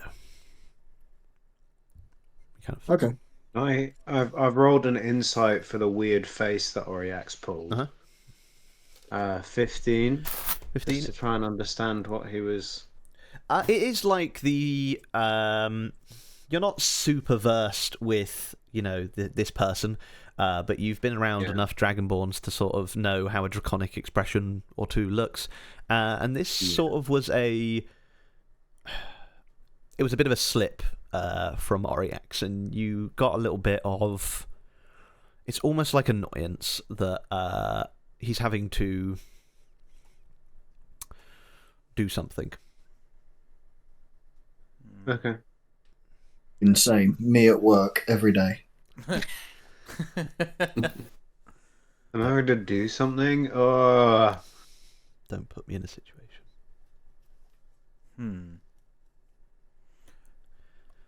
Okay, Yeah, well, he fades let's have a think about. through the portal. Yeah. Right. So, are any of the things we need near where we need to drop off your tentacle friend? That's a fucking good question for someone who's got a map. Yeah, maybe we can work that out another time. But Not overly. None of the places where they've sort of confirmed there are things at. Fortitude is in the north west of the Golden Kingdom up here. It's on a big lake. Erdroth is under Ildroth. And wait, what was the other location again? I've even forgotten. The Isles or something. Haven Isles. The Haven Isles are. Oh, fuck me, running those. Oh, Okay. God. Here, these are the Haven Isles. oh, fun! Oh, we're doing a real fucking road trip, huh? Hell yeah! Yeah, here's the You might majority. get your buddy road trip Yeah. after all, Kane. Hell We yeah! should Remember, we might get lucky and find some of this stuff along the way for purchase or more illicit means of acquiring. Yeah, the bottled lightning sounded like it was like a trade thing. Elementals, power cores. Sure, there are ideal places to get them all, but not singular. Yeah. I guess actually, he did mention the Nemesis Peninsula, which would be relatively close to the embassy. And Nice. That's there's probably several other places we're planning on going anywhere where they'd be en route to the Nemesis Peninsula. So that wouldn't be a challenging. That would be quite useful for us to hop through. Yeah. The one thing that does come to mind is it does mean we'll be leaving that dragon horde behind, and I know that Rodeo, you had something in there you wanted to get back. Yeah, where's that? We did just send a dragon there to deal with it, and we haven't gone back to check. it's essentially somewhere in this mountain range between the Golden Tooth and Riapris. Is where that dragon's lair is. Okay. Why don't we just pop out, kill a dragon, come back, teleport somewhere? We did send, what was his name, Baby Blue or whatever there. I don't know Lil what Blue. how that- Yeah, we don't know if he came back. Pop out, investigate, maybe interact with the dragon. If not, get stuff back, come back. That was only about a day's travel away from the Golden Tooth. It was pretty much the last thing that happened before you could see the tooth. Yeah. If we're gonna kill a dragon, can we do the one that just fucking pissed me off yesterday? That one No. was scary as hell. No, we You can. hit a child. What? You did what? He was being very, very rude and disrespectful to people he doesn't know. Of course he was. He's a child. Have you ever met one? They're all disrespectful. Have you ever met one? Yes, I was one, and I was very disrespectful. Yeah. Right, dragon? So You we're hit in a agreement dragon's then. kid? You kind of see as Faisal takes a sip of their tea. Not a lot has changed, has it, old chap? And Digby's like, no, nothing at all. I mean, it's been like 2 Faisal and days. Digby, is everybody in this city a secret dragon? Because I can't just go around smacking kids, apparently. Apparently, no, you just can't. You see as this faux look of kind of shock comes over Faisal's face. Dragons, secret dragons. Oh, nothing of the sort here. You piece of shit, Faisal. Oh, get this collar off of me, and then I will joke around with you, Oakwood. We're trying, yeah. It turns out we're going to have to go a bunch of crazy places to I do don't it. even think that's for this. That's actually something Yeah. different. I'm just. Oh, it's for an entirely different thing. That's isn't sort it? of what Yeah. Oriax is doing in his spare time, is trying to work out how to get these blasted things off me. And Digby, of course. Is there anything that we could add to the shopping list that might make that a little bit easier as well? Because obviously, I can imagine that this situation fucking sucks, Well, and I would love to help you out. If there's anything that we can do while we're, out gallivanting. speaking of gallivanting, Nice Hey, segue, well done. they got these onto us. I suppose they would probably know how to get them the fuck off of us. So, if you see any gallons, perhaps you could torture them. Oh, I'll be sure to or something. ask, among other things. Yes. It's worth noting, I'm going to hopefully become more pious and get more powers as time goes on. So we could eventually just, decapitate you, and I'll bring you back. What? It's people funny. get upset when I have these ideas. A dragon's soul is not the same as bringing back the soul of... You can say normal people, it's fine. Well, I was going to say mundane, actually. Same thing. Well, now I want to try it more, but put less effort in. But yes, normal suffices. Well, perhaps it may be a last resort, but we would need more powerful than normal resurrecting magic, I would feel. And is what is holding us back from doing that at the moment is the fear that we cannot be brought back in so easily that way. Yeah. It's not impossible, but I don't really fancy risking it, you know? That's fair. Especially on the whims of magic, eh? The whims of magic. Yeah. Is the What was power of Uriak's on about? The king might not be back. You kind of... Where is the king? You see almost the mirror of the expression that Auriax had when you asked about that go over Faizel's face. And you then see a separate expression on Digby's face of sort of... like he wants to know too. He kind of like cocks his brow and kind of like turns towards Faizel, subtly enough that it's sort of like he's feigning disinterest, but you can tell that Digby would like to know this too. All right, let's get Digby as well. Because didn't we see the king at the? Yeah, didn't he say Happy New Year? You did indeed see him above And the then he gold. just flew off, and now he's gone. The king has been occupied for a while with this situation. Is it the same situation that happens every New Year? What situation is that? I don't know. The golden tooth goes all grim, and then the king turns up and makes a light show, and I just assumed that like the king got dumped on New Year's Eve or something. Oh, no, that's just a tradition harking back millennia. No, the king has been busy for quite some time. He's less frequent in the council, and it's got some of us worried. Dying, isn't he? I hope not.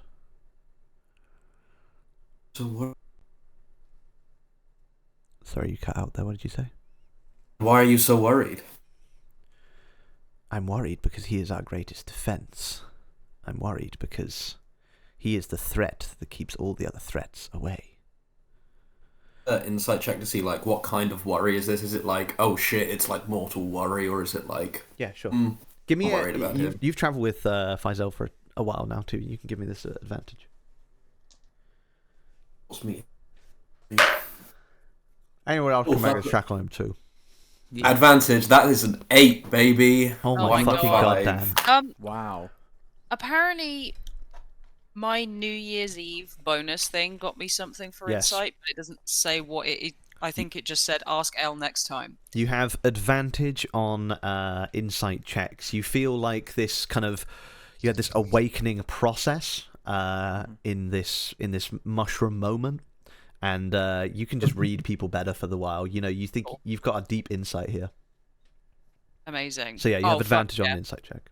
What's my insight check? That's a 19, baby. Nice. Who else rolled? I didn't.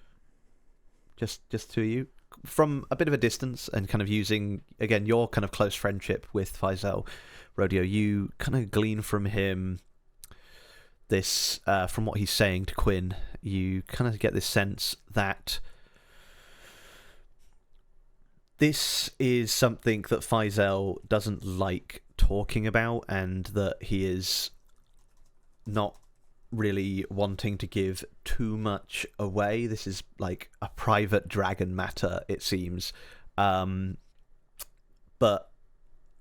he doesn't seem to be worried in the sense that he's fearing for the king.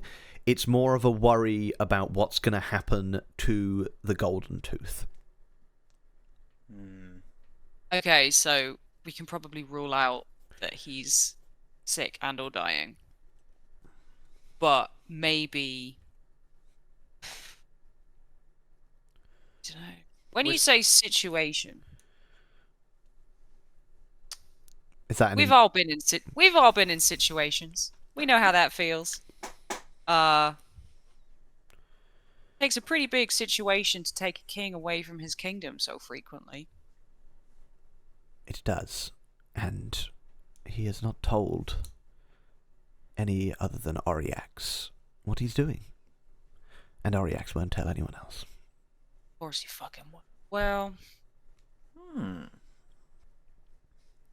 alright, well, clearly something's going on that's far too important for us mere, what was it, mundane folk? Oh, we'll To use know normal about. for now if you're going to make me feel bad about that. Oh, don't. I'm pulling on your tail, Fizzy. Don't worry about it. Look. The king's business is the king's business. As long as he keeps his end of the deal with all of this shenanigans, then Well, I don't know. it's If the not- world is ending and he don't tell us about it, then maybe I have the right to be pissed off about him. But at the moment, I guess he can do as he pleases.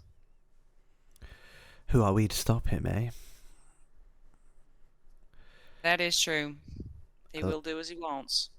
Alas, the king should not be our concern for now. That may be our concern for later. Yeah. I do think perhaps the return of the princess will reignite his want to be with his people. Or at least Oh I yeah, hope that it should get his interest. Aldous, where do you need to go again? will. Where do I... Sorry? Hello? Where do you need to go again, Albus? Or are you staying here? I don't actually need... I'm very content here, in fact. I'm safe. I'm in this lovely library. It's lots of books. And I'm slowly copying Oriax's spell book down. So I'm fairly content to just sort of stay here and deal with the trauma of losing my book/uncle. Weird order there. Weird order of things. I'm processing it. Yeah. I'm in the acceptance stage. Compartmentalization. Nice. Yes, going through it backwards. Right. And how are we getting the princess back? Or is she back? Oh, we probably want this looking thing. So, yes, hopefully once we have the we're oculum, Getting the we'll... ingredients to build the thing to go through, to make a portal to go through to the other world to find the princess, bring her back. Happy Hold ever on a Things- second. You're a genius. Yes, that's it. In layman's terms, yes. Oh, so much magic. Trip to the peninsula? I guess. As long as it's east somehow. Do we have anything we need to do at your house, Coroner? What? Do we have anything we need to do at your house before we head off to the peninsula? Possibly. I should probably call in at least. And also, yes, we kind of left everything in a bit of a mess last night, so maybe we're seeing what's going on down there. Cool. So you kind of like I think we still need to meet up with the those vigilante types again. Oh, yeah. Mm. We've not. They kind of ditched us though, didn't they? Yeah, they sold us down the river. they did you the last you saw them. I thought there was promise that like they'd catch up with us later. Or was that I made that up? They did say just something kind of along dipped. those lines, but yeah, they did also leave you in a fight. Yeah, I remember being annoyed about that. And then they killed. Oh no, Yeah. what's his name? They My went to- favorite guy. They went to go kill the Pale Master. No, It's no, this no, no. campaign's fames. Oh, they also killed Our Tagon. guy that- Yeah, take Yes, Tagon, Tagon. that My boy was it. Tagon. But yes, Milady, yeah. alas, as you kind of finish up this this debrief from Aldous, heading back down to the Undermountain or down to the Azori camp. What's the move? Do we want to idle by the place we left the Blue Dragon Boy and see if they're actually holding him, or if he's managed to just get himself out on bail and Oh, what, the leave? police station? I thought we didn't want to Yeah. be associated with that. So, like, turning up and being No, like, hey, you but- got a dragon That's around? the way that we wouldn't get. Yeah, but like, you could quite easily sneak in and have a look for us. We have a Quinn who can be anyone. Quinn can be anyone. Reed can be anything. I could be Yeah. a beer. I don't think they let You beers can also into be prisons. invisible. Oh, yeah, an invisible beer. I don't know if I can do that, but I'll work on it.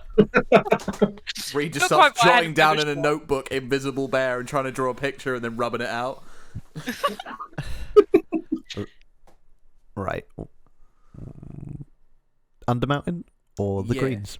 Undermountain via... I'll do that out of character. Undermountain via checking if that guy's still in prison. Cool. Yeah, pretty simple to do. You go past the guard tower, actually, as you came on the way up, on the way down to the Undermountain. How are you going to go about checking? Just, Shadow, you going to try and sneak in, or...? Fuck no, we've got a guy who can look like anyone and a thing that can be an animal. Like, I have no need for this. This was just my idea. Are you once I'm again, the ideas elephant, you once again see not this the kind actions of elephant. this simple tower here that sort of leads up and is kind of sticking out of the wall that is kind of the base of the next level up. And you see this, simple wooden door at the bottom and a window higher up with this, and then a door and a balcony also higher up the tower. Quinn, I don't want to rain on your parade if you want to infiltrate, or I could just be a little bug and climb on in. Well, it's hard to infiltrate. I don't exactly know anyone who works in this building, so anyone who walks in off the street is going to just be a civilian. Unless I turn into Tagon, in which case they may just arrest me on sight, and then I'd get to find out, but I wouldn't be able to get out to. Yeah, that wouldn't be ideal. Then I'd have to infiltrate anyway. You'd also know that they'd have absolutely no idea who Tagon was. All right. Like, I could walk in as me and it would be just to the same effect, but I'll turn into Waylon. Old Faithful. Nice. Yeah, you do so. You turn into Wayland. You kind of find like a tree to hide behind, and Nice. come back as Wayland. Wayland, hi. What? Yeah. So mainly just need to know if they're still holding what's his face. Arrow, right. Yeah, Come on. Gero, that was it. Gero, What do I- and I've got his surname. Want to like turn into a mouse and go in my Yamato. pocket, or turn into a bear and walk in behind me? Yeah, I'll probably not... I think a bear might draw some attention. I'll be a centipede. Like my finger for you. Yeah, and I just you just see us read the leaves on like their wings and stuff as they shift. Like usually there's some sort of like leaf-based transformation. The leaves like sort of crisp and crumble, and leave behind just like a centipede, which climbs up you and sits on your hand. That's really sick. You can have point of inspiration for that. Thank you. I will take it. I'll walk up and just go on in. Nice. Kind of go up to the door. Kind of see that as a guard tower, door's just locked at the moment. Just kind of try the handle. Kind of hatch slides back. Who is it? What do you want? One person. Pardon? One person. Nice. What do they need to give you? DC 16 Wisdom saving throw, please. Nice. Okay, let me just get a guard stat block up 1 second. Dang, DC 16 already? Power. Maybe if I don't have to roll, it will go off. Whoop whoop. Let's see. Sorry, what can I save? Charisma or Wisdom Wisdom. DC 16. D16? Fail. Cool. He is charmed by me for an hour. Is Gero still kept in there? Big bronze dragonborn guy. Not here, no. He got sent up to another place. Some kind of questioning or something. Oh, right. Looking into the blue bloods much? Well, they don't tell me anything here. If you're looking to get promotion, tell them that they got a couple of dragons on their side. Blue, big blue. One of them's currently out of town and they're fighting underneath, so might be a good time to make. Right. Yeah, who exactly are you? That's a lot of information. Very useful information. I just recently got hired around here. My name's Waylon. I'm a official City Watch torturer. And I'll offer my hand to the hatch. Kind of like a hand comes out of the hatch. Wow. A real City Watch torturer.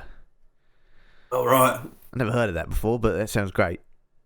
I came up through school and everything, got my torturing degree, honours, gap year out over in the Magenti. Yeah, that's warm, was it? Oh, whatever you like. Yeah, sounds great. What? You keeping any other prisoners in there? Oh yeah, loads. Like, there's this one bloke who tried to steal some stuff. Could I have a chat with him, please? Could you bring him out? I don't see why not. And you hear like as like all the like bolts behind the door just sort of like unlock, and he kind of gestures you to come in. Don't unlock any of them if you don't mind. Well, I might need you to unlock one. Oh yeah, if you need me to, that's fine. I'll just up to a random cell, or whichever one he takes me to.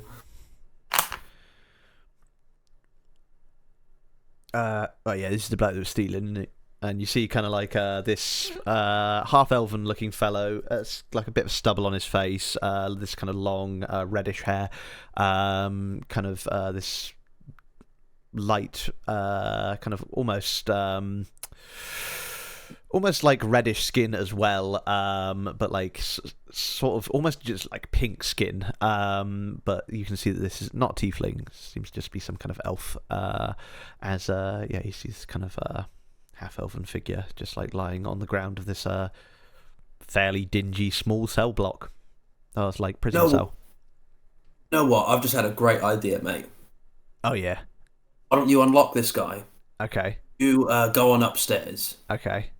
I'll go to work. You know what I just told you I've been hired for. Okay. Excuse me. See if I can get anything else out of him, and then any information I do get, you can have and use to I don't know, brown nose or whatever you do. I do like brown nose. Exactly. Give me a persuasion check advantage.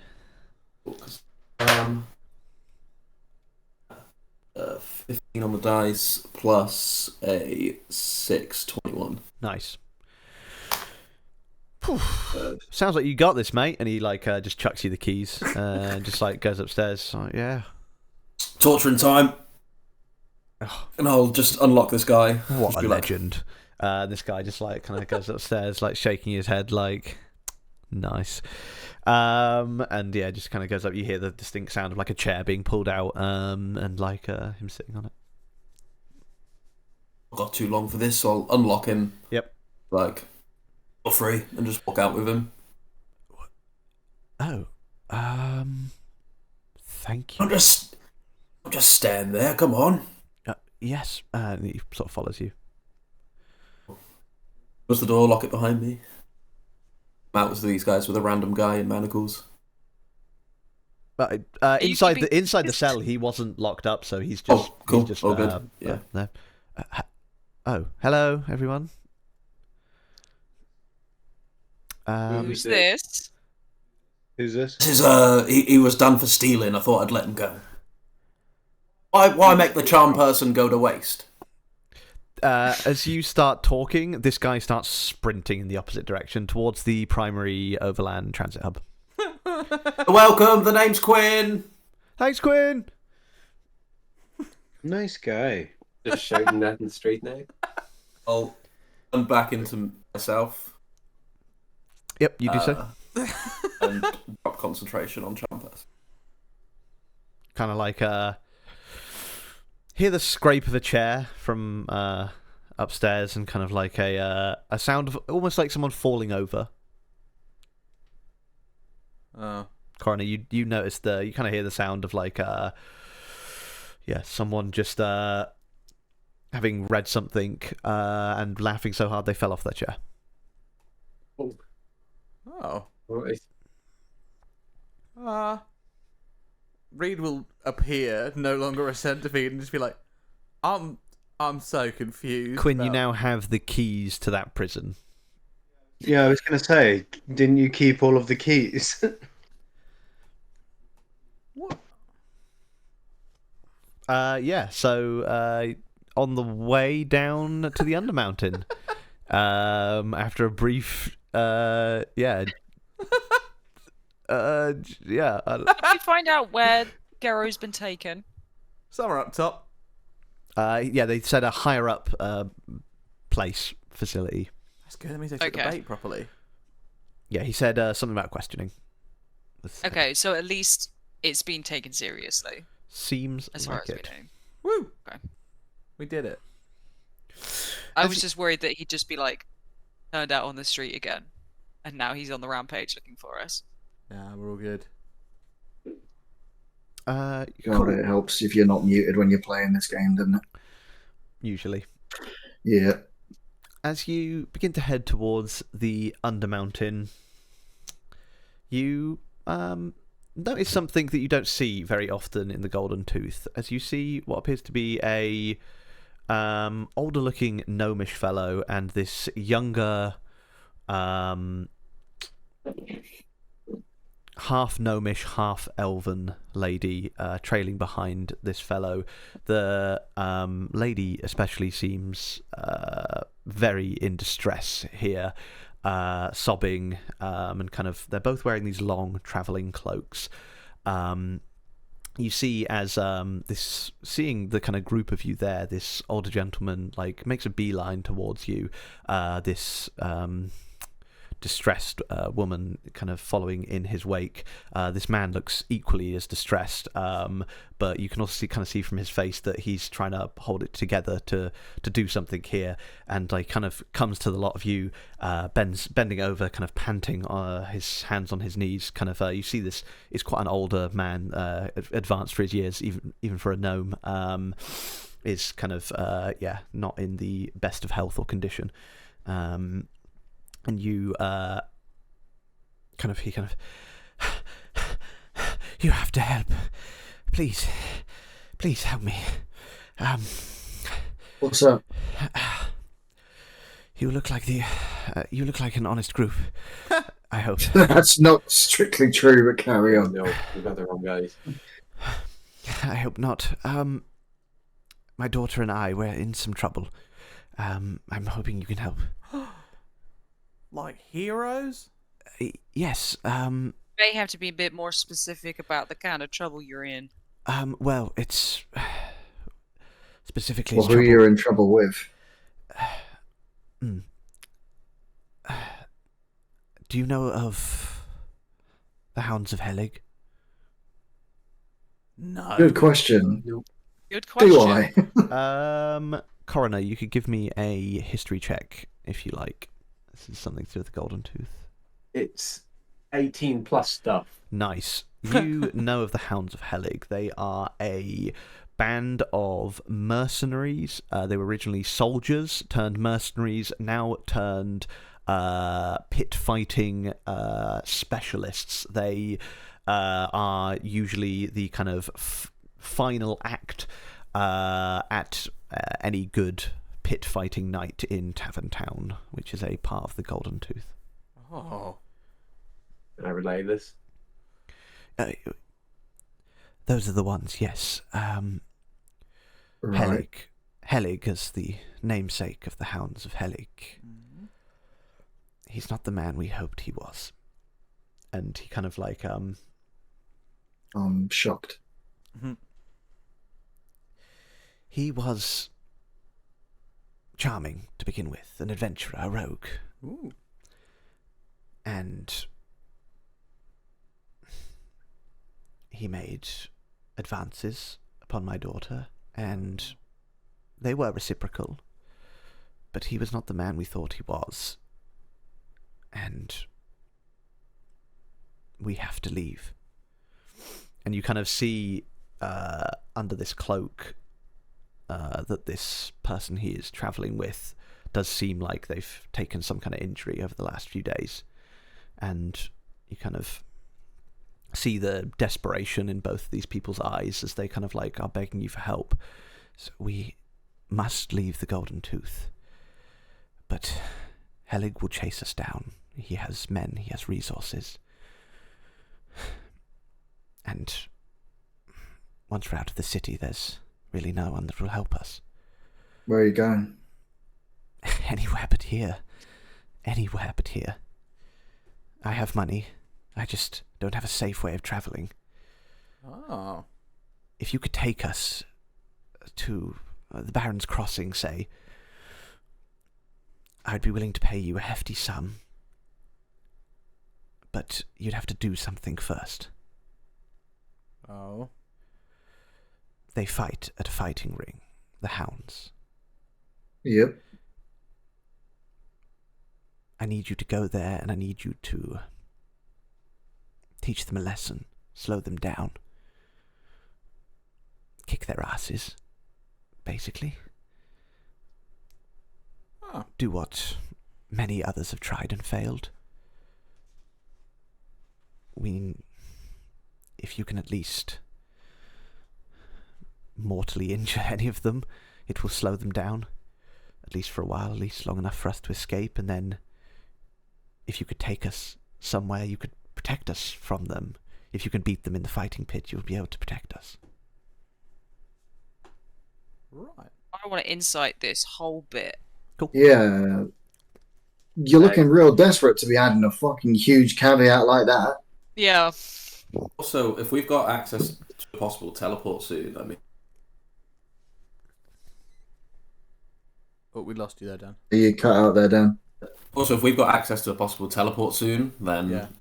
either they can come with, or if there's not room, then Screw 'em. But we want them coming with us is the thing. Yeah. So insight, that's 16 on the inside. 22. Damn. Less than both of them. Cool. Yeah. What's up with this guy? This seems to be about as truthful as you can glean from this chap. There's certainly bits of the story that he's not saying, in the sense that there are bits that he doesn't want to talk about that are upsetting to him and would definitely be upsetting to his daughter. You think that this caveat is less of a caveat and more of something that is what this person feels they need to happen for them and their family to be safe. Can I medicine check the wounds on the other person if they're visible? Sure. Yeah, you can absolutely. I can ask. I'll be like, hi, Reed Bogwater here. Yeah, hero, happy to help. Do you mind if I take a look at those their wounds briefly? I'm a healer and a druid, and we've got another healer, but you know, I said it I have a first. doctor I can assist. Kind of, she very hesitantly starts to sort of just back away from you as you approach. Oh. Please don't. Okay. I just want to leave. Yeah. We want to be able to help you. This is quite literally what I'm built for. If he comes for us, he will kill us both. Yep. Yeah, that's not really any good to us. It's like she's going to die on the way. Like, how badly are you injured? I can walk. It's fine. What if we need Right. to run? Well, I'll be fine. Okay. You're not giving I us a don't wanna- lot of room to Yeah. trust you on this. I won't lie. She kind of When do they fight? kind of the man, the older gentleman, kind of comes back into the forehead. Every night they fight. They are the champions of Tavern Town. They are a group of old soldiers. They are storied and gloried. group huddle? Anyone? Absolutely. Right, so Give us a moment to talk it over. It's I not will no. just say I am Of course, so of wiped. I really don't have the capacity to do much more than this. Yeah, fair. Well, I was just going to say, we could just, leave him with Azori for a moment, scout out the fight, and if it looks like too much, skedaddle. Yep. Pretty much my thinking. Nice. Go team. Nice. So, kind of relay this to the gentleman. He's well, okay. We were. Just please be quick in your decision. Either way, we very much want to leave. And Well, you'll know tonight because they're fighting tonight. So if you want to leave quicker than that, find someone else when you're at the campsite and they can get you out of town. Yeah.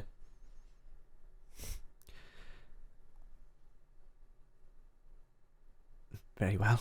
And they kind of begin walking over to the primary. Like the minimum fucking time you were going to get is you needed us to go there tonight and fight them. So I don't know why us taking till tonight to give you a decision is a problem. He just said, "Be as quick as you can." He didn't say. That is as quick as we can. That's literally the quickest in the time frame you have given us. Okay, this man is in heavy distress. I'll Fuck say him. that much for. Okay. I'm going to help him out of spite. I mean, that's better than nothing. As you see, yeah, the kind of like the two of them hurry over towards the transport hub, kind of after being pointed in that direction. And as a lot of you kind of huddle up to discuss your next moves. I think that is where we'll call the session. Sorry, I went a little bit over. But that was where I had planned to, well, not planned to end the session, but that was something I wanted to end on. So, yeah. Thank you very, very much for playing again. Good to be back in Ellseworld. That's all good. Thank you very much to my players. Thank you to all of y'all at home. Woo. Thanks for the subscribes. Thanks for the chats. Thanks for the patrons for patroning. And yeah, just anyone that was watching and getting involved in the chat. We love you. Thank you very much. That's why we do this. So yeah, without any further adoobs, thank you to the players, thank you to the watchers, thank you to the world. Peace. Go have a long rest down on your mossy bed at the Grove. We'll see you soon. Stay grovey. That's right. Boom.